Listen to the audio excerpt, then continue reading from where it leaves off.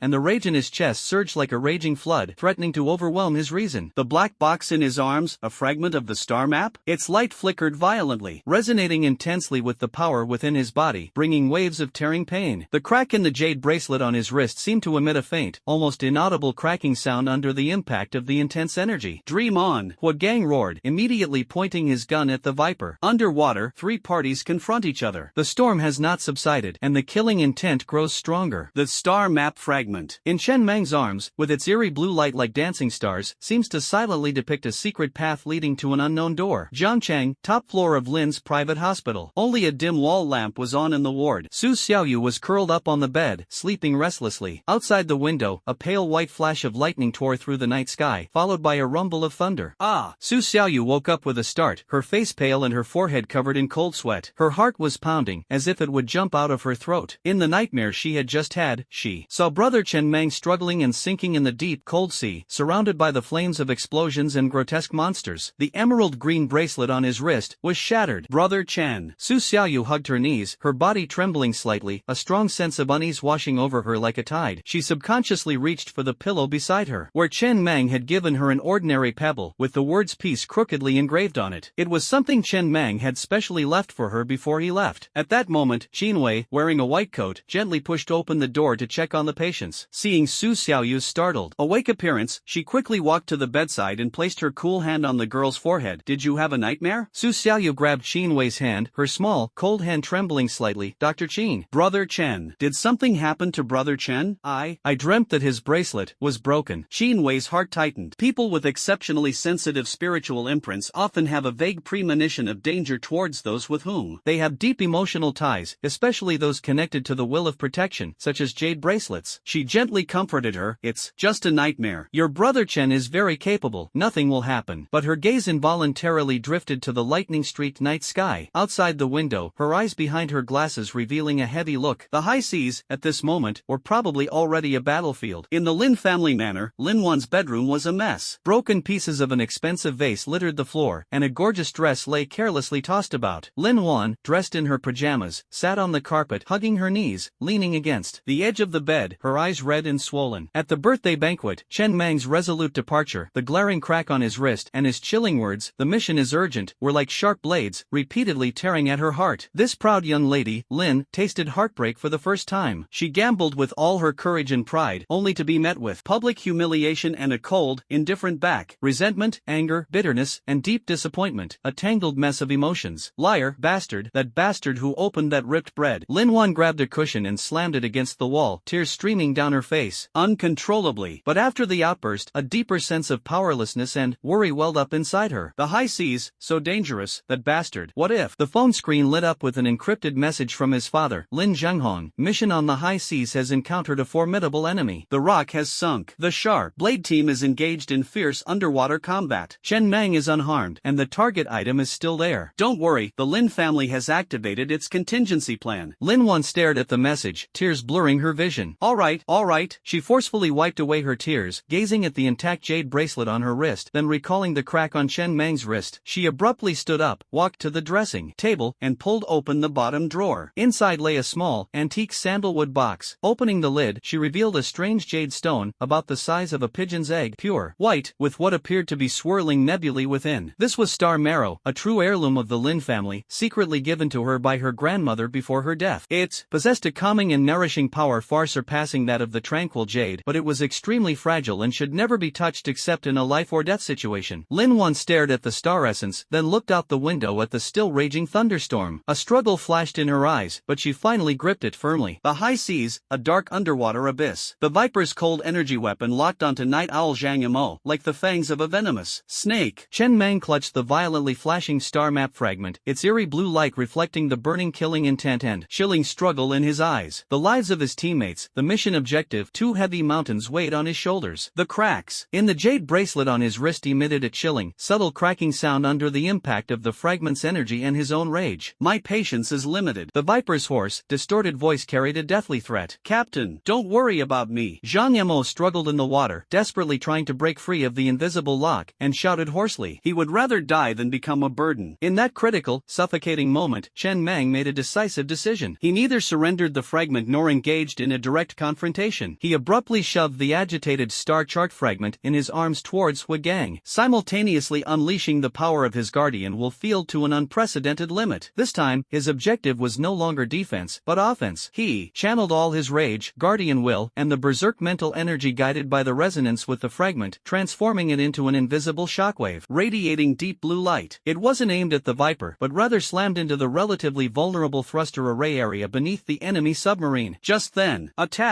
Chen Meng's roar was deafening, exploding across the communication channel. Hui Gang reacted with lightning speed. The instant Chen Mang launched his mental attack, he grabbed the incoming black box and shouted, "Thunder cannon!" Flashbang! Zhang Yimou, roll to the left. Wang Meng, cover fire. Boom, buzz. Lei Pao unleashed a specially designed underwater stun grenades, the blinding white light and infrasound powerful enough to rip eardrums, exploding instantly in the deep sea. Zhang Yimou rolled to the left with all his might, while Wang Meng, disregarding his own injuries, raised the still-firing weapon and frantically fired at the observation window of the Viper submersible. Chen Meng's mental shock slammed into the tail of the Viper submarine like a heavy hammer. Although it didn't destroy it directly, the violent vibration and energy disturbance caused the submarine to lose its balance instantly, and the energy weapon aimed at Zhang Yimou also deviated fatally. A beam of eerie blue energy grazed Zhang Mo's shoulder and shot into the darkness. The intense heat instantly vaporized the seawater, leaving a brief vacuum. Zhang Yimou groaned in pain as his combat suit was torn in the shoulder, leaving his flesh charred black. Damn it! Viper cursed angrily, and the underwater vehicle shook violently. Retreat! Deep dive! Coordinates B! Hui Gang seized the opportunity amidst the chaos and decisively gave the order. He knew that if they continued to fight head-on, given the enemy's superior equipment and preparedness, they would surely be wiped out. Like a wounded but still ferocious pack of wolves, the Sharp Blade Squad, using the cover of flashbang grenades and the chaos, activated their deep-sea thrusters and rapidly descended towards the preset backup coordinates B. Chen Mang, enduring the excruciating pain and dizziness from mental exhaustion, followed closely behind. The cracks in the jade bracelet on his wrist were clearly visible, as if it would shatter completely at any moment. He gave the Viper's submersible, which was swaying and struggling in the bright light, one last glance, his eyes filled with chilling coldness. This grudge must be avenged. Deep in the darkness, endless cold. Communication was intermittent. Wang Meng, severely injured, fractured sternum, internal injuries, was being supported by Li Feng, penis wound to the arm, and Lei Pao. Zhang Yimou, with burns on his shoulder, gritted his teeth and persevered. Hui Gang, clutching the black box containing the star map fragments, looked grave. Zhao Ying continuously probed the rear and surroundings, confirming that the Viper was not pursuing them, and the remaining third-party submarines seemed to have vanished. Thanks to the extreme endurance of their deep-sea thrusters and Zhao Ying's excellent navigation, they navigated for nearly 10 hours in the cold, dark seabed, finally arriving at backup coordinates B, a semi-submersible rescue platform pre-arranged by Wen Yuan through special channels on the edge of international waters. Exhausted and wounded, the Sharp Blade team members were pulled onto the platform, almost all collapsing to the ground. Wang Meng, seriously injured, was immediately taken over by the platform's emergency medical personnel. The black box was securely protected. Chen Mang leaned back on the cold deck, seawater mixed with blood dripping from his body. He looked down at his wrist, the jade bracelet that had accompanied him through countless life and death experiences, bearing Lin Wan's affection and protective power, had finally shattered completely in the final energy impact. The remaining pieces of jade were embedded in the tactical wristband, reflecting a last, poignant emerald light in the sunlight before fading away. An indescribable emptiness and heavy weariness washed over him, not just physically, but also spiritually. He had lost a crucial anchor of strength, as if he had also lost a weighty sentiment. He closed his eyes, the howling sea wind and the suppressed groans of his wounded comrades filling his ears. Jiangcheng, rock-solid security. The atmosphere in the meeting room was heavy as lead. Wen Yuan sat in a wheelchair, his face almost transparently pale. In front of him, a large screen displayed real-time images and injury reports from the high seas rescue platform. When he saw the close-up of the shattered jade bracelet on Chen Mang's wrist, the fingers on his armrests curled slightly. Wang Meng is seriously injured, with a fractured sternum and internal bleeding. He is currently undergoing surgery, and his prognosis is still under observation. Li Feng has a penetrating wound to his right arm but is not in life-threatening condition. Zhang Mo has second-degree burns to his shoulder. Hui Gang, Mang, Lei Pao, and Zhaoying have multiple soft tissue contusions and mild concussions. Chen Mang is severely mentally exhausted. His strength is unstable, and the jade artifact he was guarding has been damaged. Tang Ying's voice trembled slightly as she slowly read out the report. Lin Wan stood beside Wen Yuan, neither weeping nor questioning, her gaze fixed on Chen Mang's exhausted figure on the screen and the glaring fragment of the jade bracelet on his wrist. Her face was pale, her lips almost bloodless, her nails digging deeply into her palms. She remembered her confession at the birthday party, Chen Mang's resolute departure, and that terrible nightmare. After the heartbreak came a dull, almost numb pain, and a heavy, suffocating fear and self-reproach. If she hadn't forced that bracelet on him, or if that bracelet had been stronger. She turned around silently and left the meeting room without saying goodbye to anyone. Qin Wei was also present. She looked at the injury report, especially Chen Mang's mental exhaustion and unstable strength fluctuations, her brow furrowed. When she saw Lin Wan leave dejectedly, her eyes behind her glasses flickered slightly, as if she wanted to say something. Ultimately, she simply adjusted her glasses and said to Wen Yuan, "After the injured arrive, the seriously injured should be immediately sent to the special medical point at the Lin family sanatorium. The lightly injured in Chen Mang should be sent to the first municipal hospital. I need to conduct a comprehensive examination and assessment. The damage to the jade artifact could have a significant impact on him." Wen Yuan nodded slowly, closing his eyes wearily. "Arrange for the fastest aircraft to pick us up. Also, the energy fluctuations of the star map fragment are unusually active, requiring the highest level of containment. Viper and that third-party force will not give up easily." One day later, in a special isolation ward at the first municipal hospital, Chen Mang had changed into a clean hospital gown, but his complexion remained terrible, his eyes shadowed by deep fatigue. The jade bracelet fragment on his wrist had been removed, leaving only a faint ring. Leaning against the headboard, he stared blankly out the window, his mind replaying the bloody battle on the high seas, his comrades' wounds, Wang Meng's agonizing groans, Li Feng's blood, Zheng Mo's burns, and the final, reckless charge and the crisp sound of the jade bracelet shattering. The power within him still surged, but without that familiar, gentle guidance. It had become restless and uncontrollable. The price had been too heavy. He began to doubt himself. Could he truly protect everything he wanted to protect? The ward door was gently pushed open, and Qin Wei walked in, holding the latest test report in her hand. She walked to the bedside, didn't speak, but simply placed the report on the bedside table and quietly watched Chen Mang. "I'm fine," Chen Mang said first, his voice a little hoarse. "Your spiritual sea has been through a storm, severely overdrawn. The strength of your protective will field has decreased by 40%, and the stability of your power is worrying." Qin Wei's voice was calm, but she went straight to the point. "The jade bracelet is not just an object, but also an important anchor point for the stability of your power system. Its damage will have a greater impact on you than expected." Chen Mang remained silent. Qin Wei was right. "Do you regret it?" Qin Wei suddenly asked. "You forcibly activated your power to save Zhang Yimou, causing the jade bracelet to be damaged?" Chen Mang looked up into Qin Wei's deep eyes and slowly shook his head. "No regrets. Even if I could do it all over again, I would still do the same." Protecting his teammates was his instinct. Looking into the unwavering conviction in his eyes, Qin Wei felt a tiny crack appear on her usually icy face. She reached out, not to offer medicine or take the instruments, but gently placed her hand on Chen Mang's wrist, where the jade bracelet had been removed. Her fingers were slightly cool, her movements a little awkward and stiff, yet exceptionally resolute. "Strength needs an anchor, but the true anchor is here." She tapped Chen Mang's chest, her voice still cool, but now warmer than ever before. "Unwavering will, eternal protection. The jade bracelet may be broken, but Lin Wan's affection for you, and the belief you hold dear, will never be shattered. I will help you find a new balance." This sudden physical contact and almost direct expression of emotion were unprecedented for Qin Wei. Chen Mang's body trembled slightly as he felt the cool touch on his wrist and the weighty promise in Qin Wei's words. An indescribable warmth quietly dispelled the chill and weariness in his heart. Just then, the ward door was pushed open again. Lin Wan stood in the doorway, seemingly having just cried, her eyes still red and swollen, but her face held a calm and resolute expression, as if all artifice had been washed away. In her hands, she held a small, antique-looking sandalwood box. She saw Qin Wei's hand resting on Chen Mang's wrist, paused, and her eyes flickered with complex emotions, but she didn't erupt as she usually did. She took a deep breath, walked in, went straight to Chen Mang's bedside, and opened the small box. Inside, the star marrow, about the size of a pigeon's egg, pure white, with nebula-like inclusions, lay quietly on the velvet cushion, emanating a soft and profound warmth. The moment this warmth appeared, the restless energy within Chen Mang seemed to be gently soothed by an invisible hand, instantly calming him considerably. Qin Wei's hand, resting on his wrist, also felt a warmth. "This is called star essence.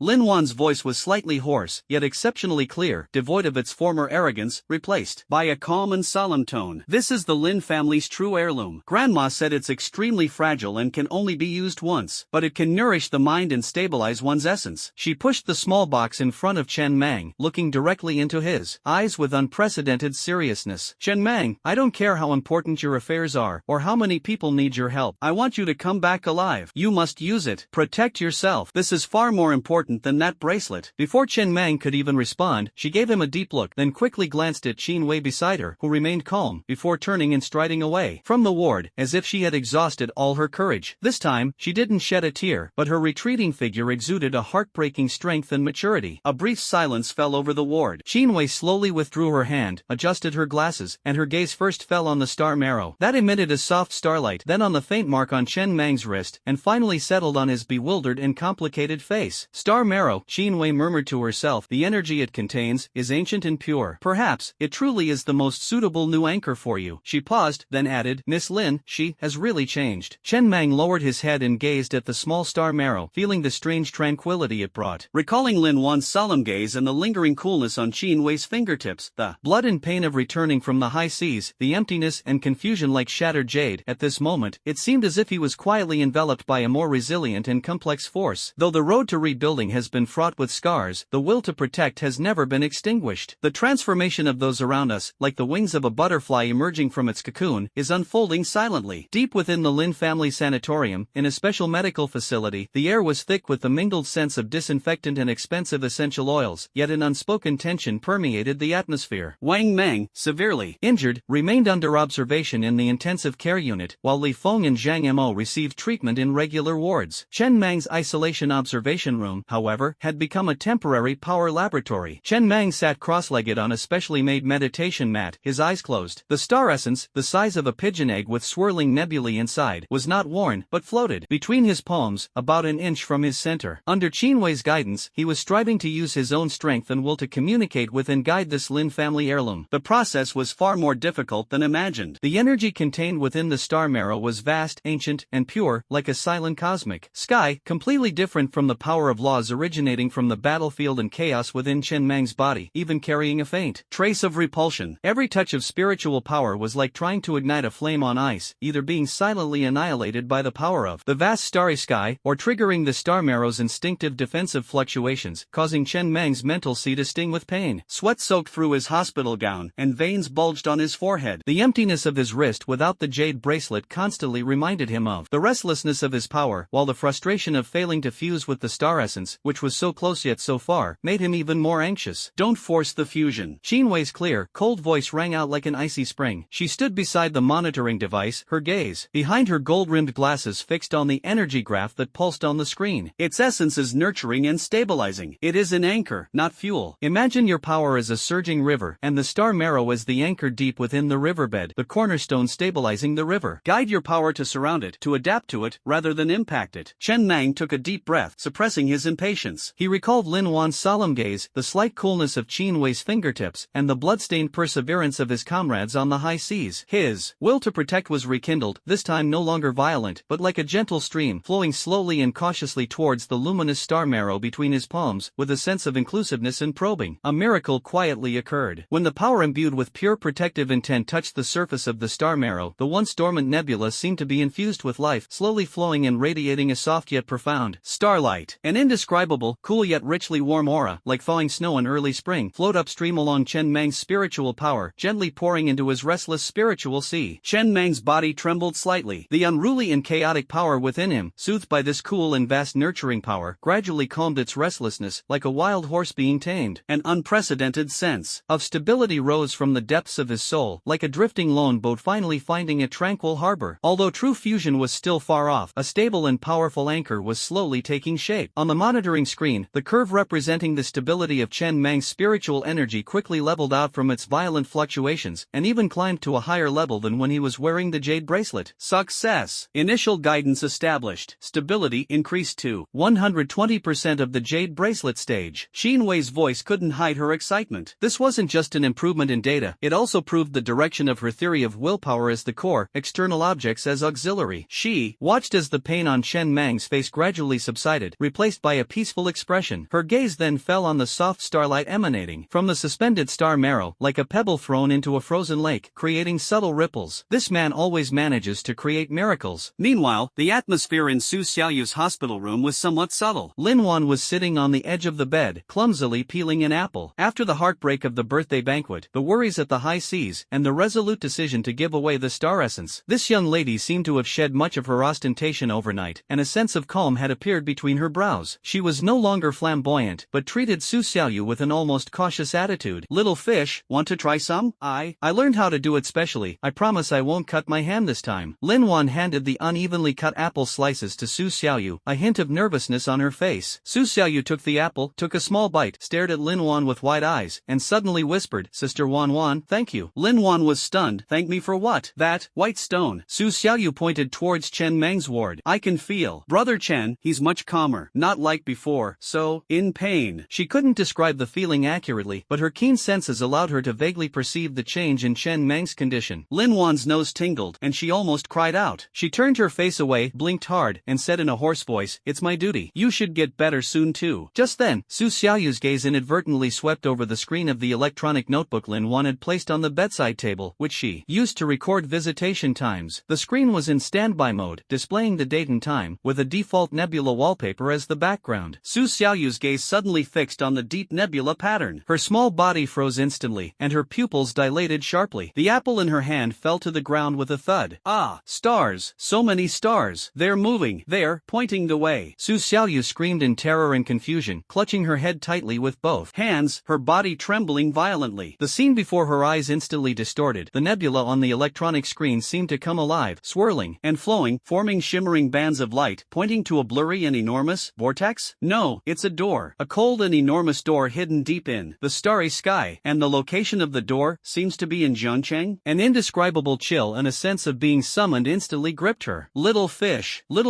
what's wrong? Lin Wan was terrified and frantically tried to hug her. Doctor, call a doctor quickly. The rock team members at the door panicked as well. Xin Wei and Chen Meng sensed the intense mental fluctuations in the next ward almost simultaneously. Chen Meng instantly interrupted his induction. The star essence fell into his palm, and he dashed out in a flash. Xin Wei followed closely behind. When they rushed into the ward, they were met with Su Xiaoyu writhing in pain and talking incoherently on the bed. Lin Wan turned pale and tried to comfort her. It's the brand. It's flared up again? Chen Meng's heart sank. No, it's not quite the same. Xin Wei quickly checked Su Xiaoyu's vital signs and brainwaves. This time it's not fear. It's a strong information shock. It's like receiving an incomprehensible, massive flow of information. Her sharp gaze suddenly swept across the electronic screen that was still displaying the nebula wallpaper. A star map. It's a star map. Chen Meng suddenly understood. Su Xiaoyu's spiritual imprint actually had some unknown connection with that star map fragment, or gate. She must have seen something like a star map just now, triggering the imprint and thus passively receiving some kind of information. Could the star she mentioned as guiding be the path to the gate? And the location of this gate is actually in Jiangcheng? This deduction sent a chill down everyone's spine. Inside Wen Yuan's office at Panchur Security, the lights were a stark white. Wen Yuan coughed violently, a cough that seemed to tear his lungs out. His face was pale with a sickly flush, and his handkerchief was stained with bright red blood. On the computer screen in front of him, the geological structure map of Jiangcheng's underground, ancient archives of urban changes, and some extremely obscure fragments of top-secret data, the content of which involved energy anomalies, scrolled frantically. Tang Ying anxiously handed him water, her eyes full of worry. "Mr. Wan, you must rest." When Yuan waved his hand to signal, calmed his breathing slightly, his eyes were bloodshot, and he stared intently at several energy anomalies repeatedly marked in red on the screen. His fingers trembled as he connected them with lines. Finally, all the lines vaguely converged and pointed to an area in the center of Jiangcheng, a place marked as the former site of the Zhou family's old residence, now a municipal-level cultural relic protection unit. Cough, cough. We've found the anchor point of the door. When Yuan's voice was hoarse and weak, yet it revealed a sharp insight that seemed to see through everything. It's not somewhere else. It's in Jiangcheng. It's in the Zhou family's ancestral home, underground. He abruptly looked up, a final glimmer of light in his eyes, and haltingly gave Tang Ying his order. Immediately, notify General Manager Chen. Dr. Qin, the location of the door, pinpoint, the Zhou family, the old house. Underground, the deep one, the real target, is to activate it. The key is in Jiangcheng. Time is probably running out. The words had barely left his lips when another violent cough erupted, staining the handkerchief with blood once more. When Yuan swayed slightly, leaning back slowly against the wheelchair, his breath weak, as if the outburst had drained his last ounce of life. But the intelligence report had been like a bombshell. Star marrow enters the sea, anchoring the raging waves. A star map suddenly appears, revealing the gates of Jiangcheng. When Yuan, the chess player, seems to have burned himself out the moment moment the crucial move was made. The storm, with Jiangcheng as its eye, will erupt completely. Inside a sterile ward on the top floor of the Lin family private hospital in Jiangcheng, the hum of sophisticated instruments was the only sound. When Yuan lay in the life support pod, his face ashen and pale as paper, each labored breath tugging at the hearts of those outside. Xinwei's fingers flew across the control panel, reviewing the latest brain scan, her brow furrowed. The storm of disordered neural signals has been temporarily suppressed, but the widespread overload damage to neurons caused by forced overclocking is like a blown fuse. Her voice was low, yet carried the cold rationality unique to a healer. The star source repair fluid provided by the Lin family can only sustain life, but nerve repair takes time, even a miracle. No miracles, Chen Mang's voice came from the shadows, low and firm. He left his spot against the wall and walked to the life support pod, gazing through the transparent canopy at the elder whose wisdom was almost gone. Only he cannot die. His gaze shifted to Lin Wan, whose expression was solemn and whose lips were tightly pressed together. Lin Wan, just how far can the Lin family go? Lin Wan straightened her back, the noble and assertive demeanor befitting a young lady of the Lin family instantly overshadowing her worries. The Lin family will spare no expense. She no longer looked at Chen Mang directly, taking out her private encrypted communicator and swiftly issuing orders in an almost imperious tone. Dad, Zurich Laboratory, Neural-Directed Regeneration Project, all core data, experimental drug samples, the project leader team. I need them all to arrive at Jiangcheng Lin's hospital within 72 hours. Highest authority. Now, immediately. There was no hesitation from the other end of the communicator, only a steady yes. Lin Wan disconnected the communication and looked at Qinwei. Dr. Qin, the resources will be in place soon. You will have full authority to allocate and command them. A startling light flashed in Qinwei's eyes, a yearning for top-tier medical resources and an excitement for the challenge. With these, I can increase the success rate from 5% to 35%. Leave the 72 hours to me. Her words were concise as she turned to engage in remote collaboration with the world's leading medical resources, her fingers flying across the virtual keyboard as she issued a barrage of commands. In the small reception room outside the ward, the atmosphere was heavy as lead. Director Zhao Jiangwo, dressed in civilian clothes, was oblivious to the fact that the cigarette between his fingers had burned out, his brows furrowed deeply. Chen Mang repeated the image of Wen Yuan coughing up blood as a warning and the words, "The door is underground in the Zhou family's ancestral home," and the room was immediately filled with heavy breathing. The Zhou family ancestral home. Zhao Jiangwo stubbed out his cigarette, his voice hoarse. They've been entrenched in the western suburbs of Jiangcheng for over a century, with deep roots. That's where Zhou Jingxiong made his fortune, and it's also where the Zhou family ancestral hall is located. More than a decade ago, the municipal plan was to demolish that area, but Zhou Jingxiong mobilized unimaginable resources and managed to save it, listing it as a historical protected building. His eyes gleamed with the sharp light unique to veteran criminal investigators. At the time, I thought it was strange. What kind of profound history does a nouveau riche have that needs protection? Now it seems that what he saved wasn't the house itself, but what's beneath it. Are there any irregularities in the official records? Chen Mang pressed. It's as clean as if it's been bleached. Zhao Jiangwo shook his head. The property rights are clear, and the building structure drawings are as standard as those in a textbook. But the more it's like this, the more it shows that someone has put a lot of effort into covering it up. My people can't touch it. The Zhou family's informants in the municipal bureau and even higher levels are not to be underestimated. If we're not careful, we'll alert them. If the main road is blocked, then we'll take the back road, Lin Wan replied, gesturing to a trusted bodyguard of the Lin family, waiting outside the door. The bodyguard immediately handed her a tablet. Lin Wan swiped her finger across the screen a few times, bringing up a complex 3D map model of Jiangcheng. An old-style manor located in the western suburbs, surrounded by lush greenery, was highlighted. The Lin family's intelligence network has been infiltrating the Zhou family's perimeter for many years. The ancestral home covers a vast area with a complex internal structure. The core area is heavily guarded, especially the area around the ancestral hall and the inner courtyard, where Zhou Zhengxiong's most trusted household servants are on duty year-round. They are well-equipped and practically a small fortress. She gestured to the bodyguard to operate the device, displaying several blurry thermal imaging images. There is a large-scale artificially excavated space underground, but the specific depth and structure are still unclear. The heat source signal is most concentrated and abnormal below the ancestral hall, exhibiting periodic fluctuations, unlike ordinary building structures. Periodic fluctuations? Chen Mang's eyes narrowed, recalling the star map information Su Xiaoyu had received. Is it an energy reaction? Highly suspected, Lin Wan affirmed. What's even more troublesome is the Zhou family's recent activity. The bloodline cut plan severely weakened them, and while Zhou Jingxiong appears to be hiding, he's actually been making frequent moves. There's been a lot of activity coming and going from the ancestral home recently, especially several groups of construction teams and transport vehicles that have had been using the guise of restoring ancient buildings, all heading towards the ancestral hall. The Lin family's informants aren't high-level enough to reach the core. After the incident in international waters, the Zhou family, like a frightened scorpion, withdrew all its stingers from its lair and became even more tightly guarded. Lei Pao crossed his arms, his face grim. A direct attack would be tantamount to suicide, and it would also alert that door.